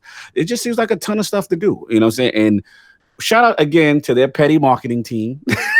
Because as soon as Season of the Drifter launched, boom, here comes an info blast. Boom, here comes a trailer. As soon as they have to launch something, boom, here comes an info blast. Boom, here goes. They're so petty, but in a good way. Like, they're playing to win. Like, but regardless of if it's going to be successful or not, whatever happens, it's kind of funny to me that whoever's in charge of the marketing team, they are on it. They don't want you to forget that this game's coming. Yeah, nope. That's pretty much what I got, man. Listen, at the end of the day, we got to see, if it's executed, correctly. I mean, if it's executed well. But on paper, as it stands, it's a ton of content. It's a ton of varied content, and a ton of stuff to keep grinding. And we'll see. We'll see. We're getting close. What we got? March 20. What's our release date looking like? Was it 15th? Oh, the 15th. Is it the 15th already? Because it's the early. Is it next Friday already? Yeah, it's March 15th. Yeah. I'm out of town. Why am I thinking it's the 22nd? Oh, man. Wow. Sekiro's the next week, but yeah. It's okay. It says initial release date March 15th. Hold on. I hate it. Let's double check that. Are you getting the full, like 3-day early access gold edition? Is that what you're doing? Oh yeah, I'm doing super deluxe, extra cheese, extra sauce, Extra cheese. all that's going down. Mm-hmm. Yeah. Mm-hmm. Hold on. Apparently, I have to be old enough to look at this website. Yeah. I'm like, how old am I, guys? Come on. Good. Mm-hmm. Yeah, man. Oh. Okay. Can't find it. I mean, it says initial release date March 15th. I just don't know why it says initial release date. Yeah, like, I wonder if it's an early access thing. I gotta double check. But listen, to look real quick. Shout out to Cat Daddy. Shout out to a lot of people in your chat. I mean, I think that listen, we got to keep expectations. But I will say this: shout out to War Blackjack. He said it like. If this launch is fine, as far as a strong launch, not major issues, like the Anthem launch or whatever, stuff like that, and as long as the game is functional, there's going to be a strong base. There's going to be a strong base for this. There's going to be people. Like I said, I know we've had this discussion about the boots on the ground. I want to get too deep in that because we'll go forever on that. But at the end of the day, we have to remember that there is a strong base that is going to love this style of gameplay. You know what I'm saying? This is not for everybody, but there is a strong base that loves it. So again, if they execute, there's a couple of ifs. If the launch is smooth for the most part and things are working and they get rid of the audio bugs and they get rid, you know what I'm saying? Because they had audio bugs too. I gotta call it true. Mm-hmm. You know, there was some glitches. You know there's some ramps that I can't turn off of sideways. Yeah. Like there's stuff in the world, like if it's a slight incline, like somewhere in the middle, I just go off to the left, I'm hung. I'm like, come on. Like, so, I mean, there's like world stuff like that I feel like it was something I really didn't feel as much in Division 1. I feel like the world indeed 2 isn't as polished, and I can't quite figure out why. It did feel better in the open beta. Mm-hmm. So I saw Boomslang, big Division guy previously. He was saying it's like something about it, I don't know, it just feels different. I jumped in, and it did feel a little snappier, like some of the stuff I was saying in the private beta, like, something felt off, and it did feel better this time around for me. So that was something that I noticed. I was like, okay, something's feeling a little more right, like kind of feeling like I can kind of do what I'm trying and wanting to do. Hold on. Forte says March 12th. It's for the Gold and Ultimate Edition. Standard is the 15th. Oh. Tuesday. Oh, Tuesday. Boy. Oh, Lord. My life's over. Yeah. So, boy. Yeah, once again, talking about the whole, like, everybody gave Anthem crap of, like, the launch. I mean, it was a week versus 3 days, but their continual content is going to be on the same time for everybody. If you get that gold annual pass, whatever, you get 3 days early access to each piece of content, to my knowledge. Yes. Which is, I mean, that's kind of one of those things. Like, if you get 3 days early access to a raid in Destiny, that'd be kind of a thing. So I'll be kind of curious what that does for just kind of the feel of when the launches be like, did you get the pass? No. I guess I gotta wait 3 days. Let me go watch it on somebody else's. It's just some of those, like, when it's big content drops, it's annoying that, like, hey, here's this new thing coming out. Well, I'll go watch the streamers play it for 3 days first because I didn't get the annual pass. And that's an annoyance, not even just specifically Call in Division. That's just everybody. Yeah. Like the time piece of like paying a little bit early or whatever. Like if you're going to have content, if I pay for it, just, let me get the content at the same time. Like paying like money to get it 3 days early is that's a weird rub for me personally. Yeah, that's a new thing that seems like the whole industry's doing though. Like this is across the board, this whole pay to get in early, like everyone's doing it. Yeah. I mean, Anthem did it for PC, or they and that's them for EA trying to sell their EA Origin Premier, be like, hey, get on PC a week early and you get to beta test it apparently, but that was a different thing. So we'll see. I mean, it's got a lot. I mean, as I go through, you get the armor sets and stuff. Sometimes I feel ridiculously overwhelmed by like having to scroll through the weapon on the side to see what perks are available. Like the UI for me is the thing that I would like to see tweaked, because trying to see what information is going on with my character takes a long time to figure out. Like that's my piece that sadly, like while I know Destiny is simplified, but man, the UI is just clean and it works. Right. And that's one thing for me that and almost the way it was before, you had the 3 big pieces up top saying like weapon damage, armor, and I know they kind of changed the way that stuff works, but there's just there is a ton of stats, and you can min max like crazy in this game, which is a good thing for those who want to, and it's totally a nice piece about it. But unfortunately, when you get to the point of like, what's going on with my character, it like It's takes not us. that difficult now. There Come are on. pieces. I mean, but if you pull up a You make it weapon, like it's like braille text, like it's hieroglyphics. Look, this is an RPG, man. Let's well, I just know, get but to it there's now. not a Let's not centralized act like point this to is say so like, unmanageable. okay, but it's like I just need a point on my character, and maybe I just didn't find the right menu to say like maybe there's a place on the character like, hey, plus crit percentage currently is like plus 25%, and it just adds it all together. If there's, and I feel like there was a screen like that in D1, and I just didn't dig that deep into the menus to know if Are it's we there. talking about the same man we talking about with these Anthem menus? Was this the same man that's on the podcast? I never said the Anthem UI is good either. We're back to like the Okay. Xbox One blade They don't system. even I'm like, tell how is you that like, what yeah, like anything affects or means.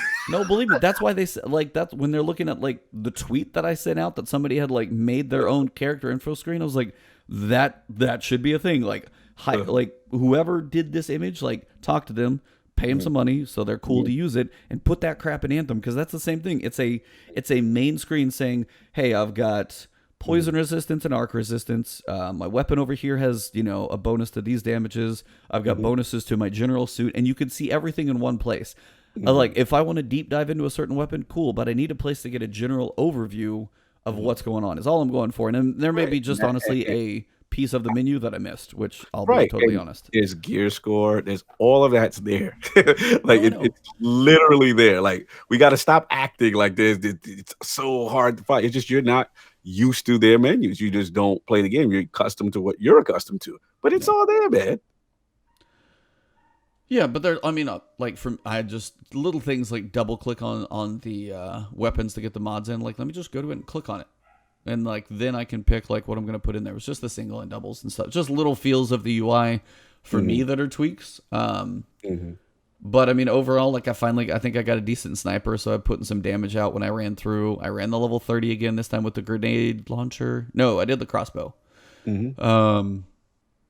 And it's still that feel of like you break the armor, those dudes die fast. Like, yeah. And it felt when I had whatever build that was, which is I don't know what the gear score was, like 350-ish, somewhere in there.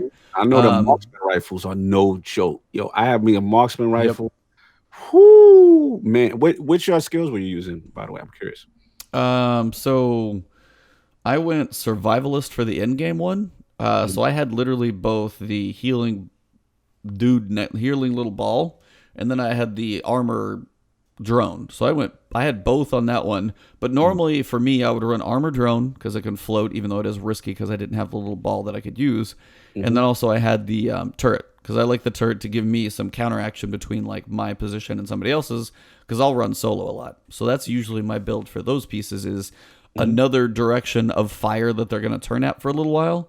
Yeah. And that's just one of those things I wish I could like beef up and give some health to. So, but yeah, that was my one is usually health for me, which just seems like totally required because, man, the armor like packs that you get or the armor that you put back on yourself that takes a little while, you need some way to heal up like big time. So. Oh yeah, because they're making it. Yeah, I know what you mean. Those armor. Yeah, you get tagged. You're like, whoa.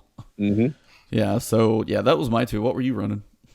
I'm right now. I actually messed with two different. I still love my sniper turret. That thing is really powerful. Okay, how is that thing? Because you have to manually target, and I kind of noticed that with the other turret, where if like I'm looking around and I hit E, and that basically will target the thing.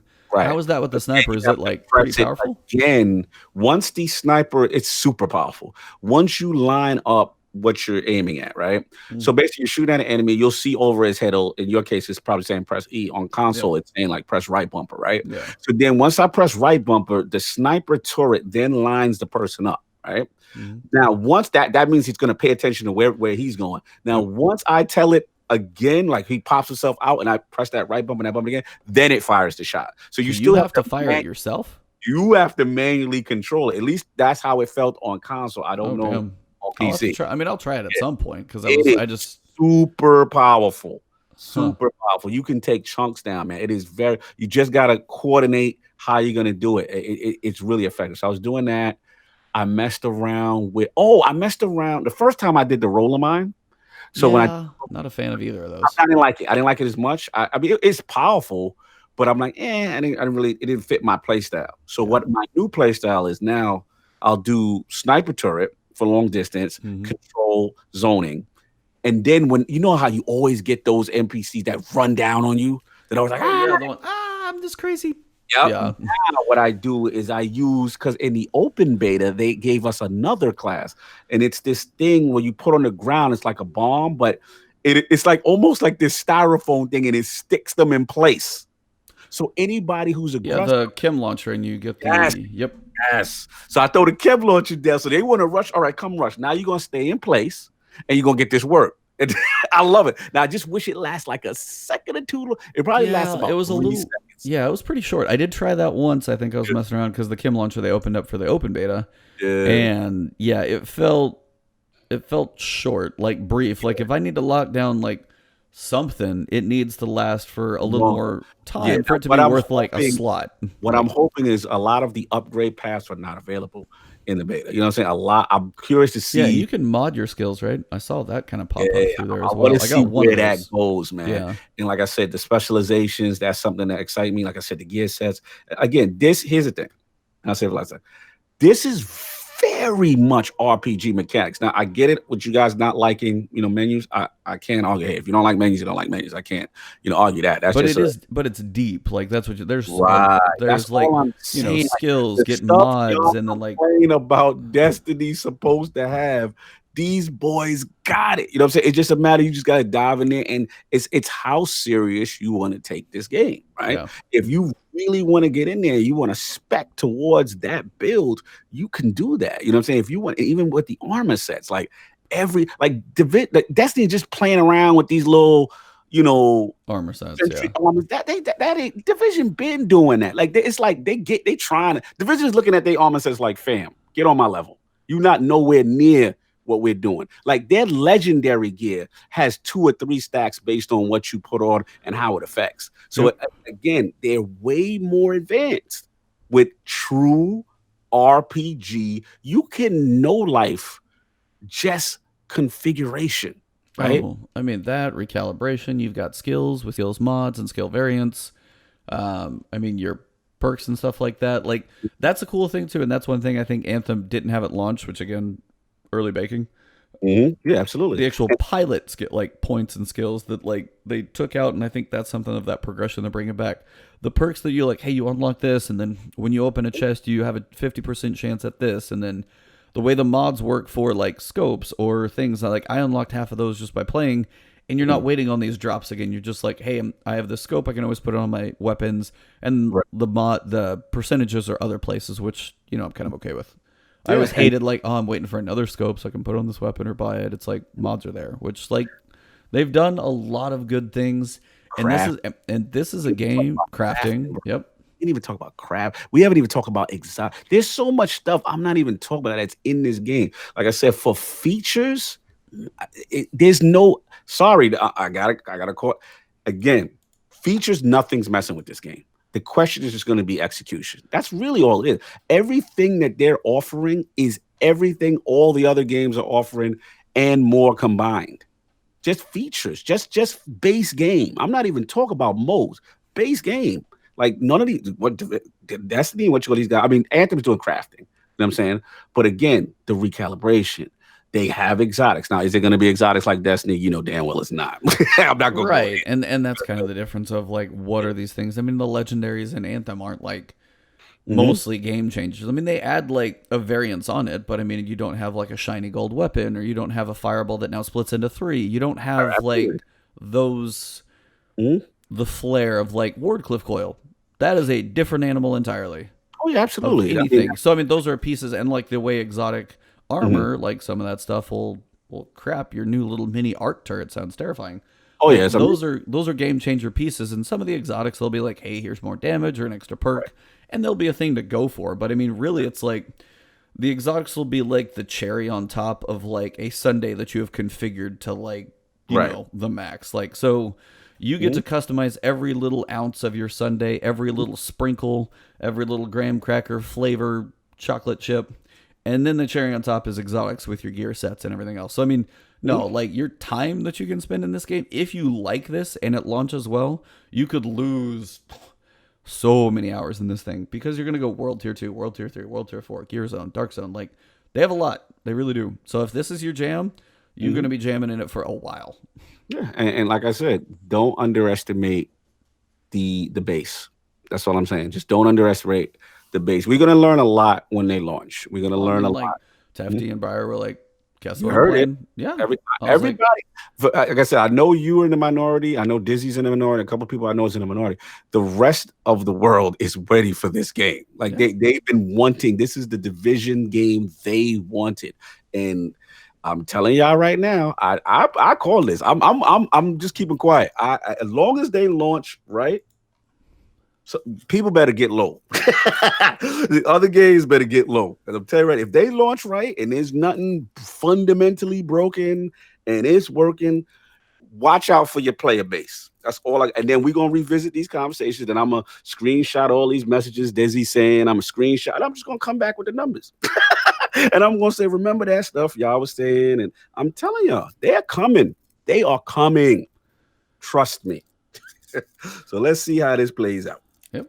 So yeah, I was like, if it's on the 12th, I guess I got to look into see if I'm going to play it that way or not, because then I'd have a couple days before I leave. But yeah, and I got the PC one, so I was like, and that's kind of thing. Though, it's like if I do the 12th, but I've also got like the Allegiance quest to work through. Thorn's going to get started next week. I was like, I might save Division until I get back, honestly, because I'll be gone for Thursday through Sunday. So shout out to everybody watching right now. Won't be able to do a last word next week just because I'll be out. I will be trying to look into Zur from far because I'm taking my computer with me because that's the start of the 9. So I do want to see what that's all about if I make a video up there. But yeah, like, I mean, as you're saying, this thing has so much depth if you want it. Like, if you play level 1 through 30, you play the story, you kind of see the Black Tusk takes over, you kind of fight some of them back in missions. That alone might be enough for some people, and that's probably still going to be a pretty lengthy 40, 50 hours easy. And then if you start, like, dabbling in stuff, there's probably going to be more. If you don't have an 8-person group, which, by the way, putting 6 people together for a Destiny raid sometimes can be hard. Finding 8 is going to be a struggle for some people, for sure. So there's going to need to be, like, division2lfg.net. Yeah, I wonder if they have. I doubt they probably have matchmaking, right? You think they're gonna do matchmaking? Oh, on a raid would be okay. If the raids have things that are worthwhile, you shouldn't have matchmaking because it might be a train wreck, or you need voice talking, or what. Yeah. So that's kind of the balance of like how hard is the mechanics of the raid to a point where like you need to communicate. Like, I mean, if you think of the taking king fights and stuff like that, like you have to chat. So if it's to a point where you need that, then, I mean, LFG or matchmaking or something like that may be a thing to look at. But even if you don't get to play the raids, there sounds like just a butt ton of stuff to do roaming around world tiers, leveling up in there and stuff like that. So one of my issues is I like how there's a lot where I don't have to run into the dark zone because that feeling still sucks. Yeah, for you. Yeah. Well, no, I'm saying like as a solo player, it will suck. Okay. I mean, I don't disagree. I disagree with that, but that's just your experience, and I can't disagree with your experience. I can, again, a lot of stuff comes down to understanding, and if you're willing to put in the time and I understand how the game works. I don't believe you on Division, bro. I'm sorry. I gotta call Frodo, but you're my boy. I love you. I played a butt ton of Division 1 probably, and like in the dark zone, like running through with friends. Rolling my eyes. I was like, no, that is no longer a thing. No, that's not a thing. But again, y'all living in Division 1 pass. You'll see. You'll see. It's not the same. No, but all I'm saying, it's not even that. I'm just saying, as a solo player in the dark zone, whether it's normalized, whether it's not, if it is especially normalized, if you are by yourself against other people as a team, this is from a solo player's perspective, solely nothing else. The same way Gambit sucks as a solo player, the dark zone can suck because they are smaller and a team can get to you quicker. So there are certain things about that dark zone, like, hey, the higher levels will farther away. So if I'm running around like level 1, level 2, kind of doing low level dark zone stuff because I could, it's a smaller area for me to try and run away because if there's a team running around in there. I got to put you onto some stuff, some loadouts, man. Okay. And then we'll get to it. But I was like, I'm just saying, as a solo player, I was like, literally one of the first things that just reminded me of it too quickly in the beta. I was running around, hey, exploring the dark zone. Took me literally 10 minutes for a team of 3 on a manhunt to run by, mowed me over. I came back out again at a different door, run around. They ran around, found me again. So it's like that piece of the manhunt. If that's a piece of content, now, not everything's in the dark zones, which is good. Believe me, if I don't have to spend my time in there, and a lot of it, you said the strongholds, the end games, the raids, the PV, like those won't be there. But dabbling in a piece of content that will be towards the end game, that's one of those things. As a somebody who may not always have somebody to play with, that is definitely a struggle in that place. Right, because like your concerns is as a solo player. Absolutely, and that's for the people, and that's what I was like. I mean, come on, that was me last night. I am the solo guy, so I was like, so if you got a team running in there, coordinated, playing with each other, that I could see having some awesome battles because it's closer, and you could like, hey, we're gonna run after these manhunt guys, and we can probably catch them. But as a solo player, I'm like, please God, don't find me. Like, it's literally that, because it's just like, it's defeating to be like, hey, I finally killed some guys. And some of the stuff in the new Dark Zone does, you get to hold on to it, but it's the good stuff you're still going to have to extract. So, yeah, I feel what you're saying. So, Philly, you said they made one for every preference. Not mine. You could have an occupied where everything's on the board. You could have your normalized one, and then I want my PvE one. I want my PvE only Dark Zone. Then you could have a 3 rotation. No, that's what I'm trying to see. That I know you're not playing it. Here's the thing. What Philly Eagle was talking about is that each Dark Zone, right? When he's saying every preference, there's the close quarters one. There's the long sightlines. That's what I'm trying to say. Like, until you gotta find your build that you're actually comfortable with, that you can actually go up against some groups and still do damage. You know what I'm saying? And as well as use the PvE aspect to your event. There's strategy. To me, what you're saying is the equivalent of me jumping in comp, getting squashed my first time, and then saying, that's it, I'm never coming back. Go jump in comp solo. Tell me how much you get squashed. But that can apply to any game if you don't know what you're doing. That's just my point, is the fact that in a place that I'm trying to get loot, not in a PvP where like loot is like either for winning or losing, like it's a point to where if I'm going into an activity area where I can get some loot that may benefit me, but I can get a chance to get it stripped away because I'm running by myself, that hurts. That's one aspect. That's not the whole new Dark Zone. Again, there's loot that you have to bring back that old traditional way, and then there's loot. There's from my suspicion, because at least the way the drops were working when I played, the good stuff had to still get extracted. The normal, that's okay. What am I going to spend the end game in? Okay, fine. 1 month from now, I want you to walk in the Dark Zone by yourself and tell me how that experience goes. I'm bringing on some Division because there's a lot of miseducation on the last word. That's all I'm saying is 1 month from launch. Anthem stuff. I've been dealing with the Destiny. We gonna bring some Division guests. I'm gonna bring a panel because clearly people have not been playing this game and understand how things work. So we gonna have to change that up starting the next couple of weeks now that Division launch, because I am tired of this slander. I have a very specific circumstance. I just got done praising most of this game. I'm just saying the Dark Zone for me, especially because they literally have 3. You could have a PvE, you could have your normalized, and you could have your occupied. You literally could serve the world at that point, even the solo player who just wants to be like, hey, the Dark Zone, I want to go explore. You got your bag took the one time and everything sucks. That's basically what you say. I got my bag taken 6,000 times in Division 1, and that's why I hated it there too. So that's that feeling of like just getting jacked by guys that are running around trolling people because they're bored. Okay. So no, that's what I would say. 1 month from launch, I want you to go into the Dark Zone by yourself and tell me how that feels. It's literally the equivalent of me doing Shadow Throne by myself. One time getting wrecked by the first couple of ads and then throwing my controller and saying, this sucks. But that's something you can eventually get better at. You can get better at. You just don't know what you're doing. And we're going to bring some people in to educate you. So that's going to be the goal. That's the new thing. Okay, if you're fully stacked and maxed out, and 3 people are fully stacked and maxed out, I'm sorry, but my hunch is you're going to lose that battle 9 times out of 10, if not more. I'm going to bring some people in starting next week.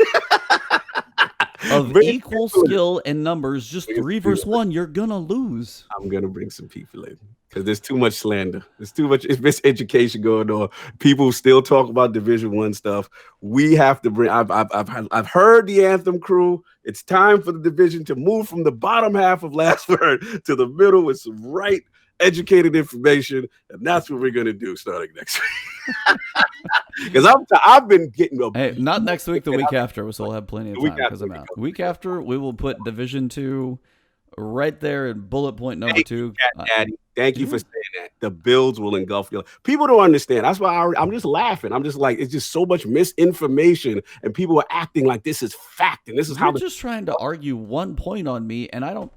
But that's your whole purpose of saying like you're not gonna play, and it's just like that's literally not. How many other things did I just say were good? You're gonna dive in. I'm gonna enjoy the fact that I can go run strongholds and work on my builds and recalibration, and raids are a thing that I don't have to worry about this.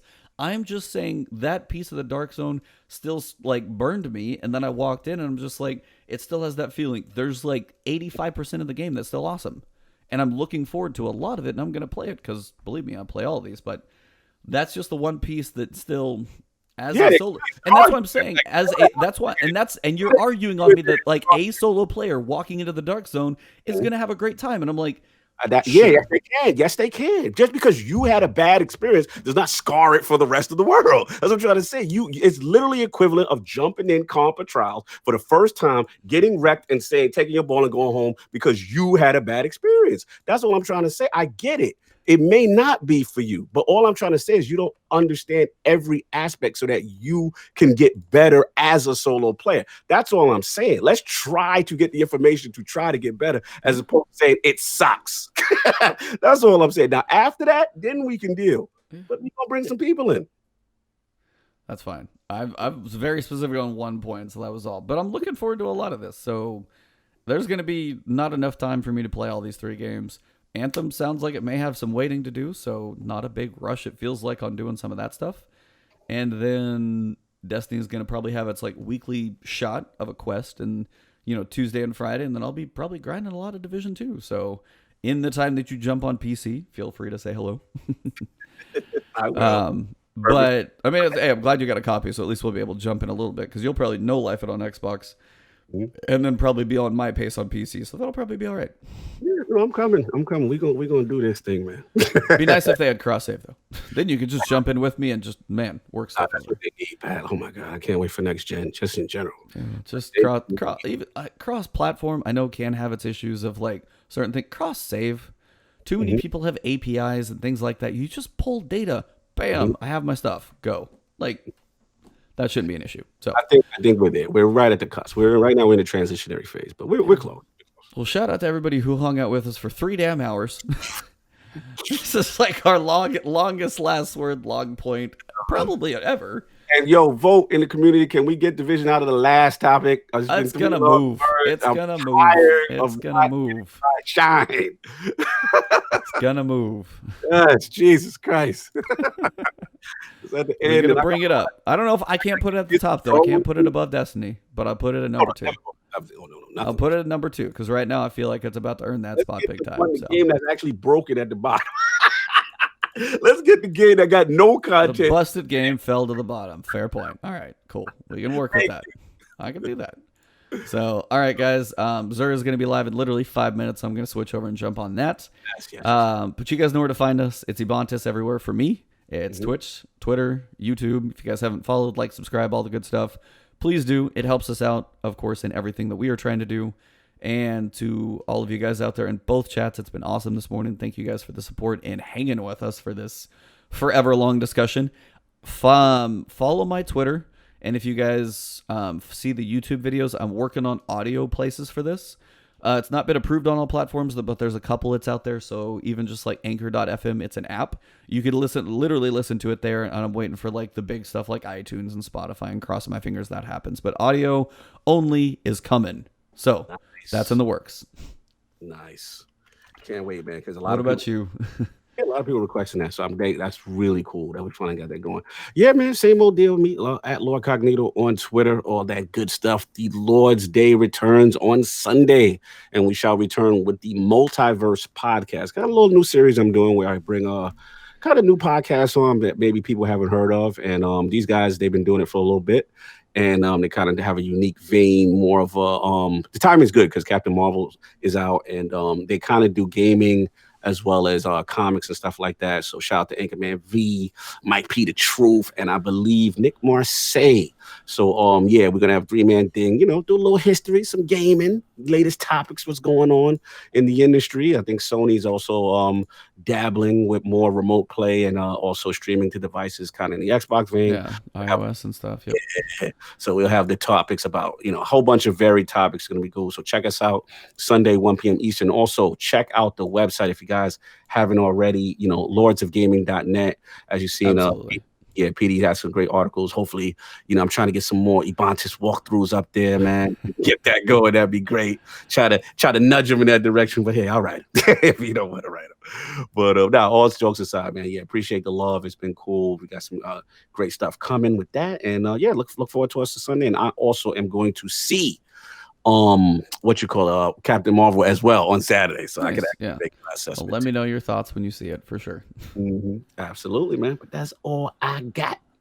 All right. Well, that is Ebontis and Lord Cognito for the last word, number 52. 1 year's worth for sure. Thank you guys for being on the ride, and hopefully many more to come. So on that word, that is the last word. I'm out. Peace.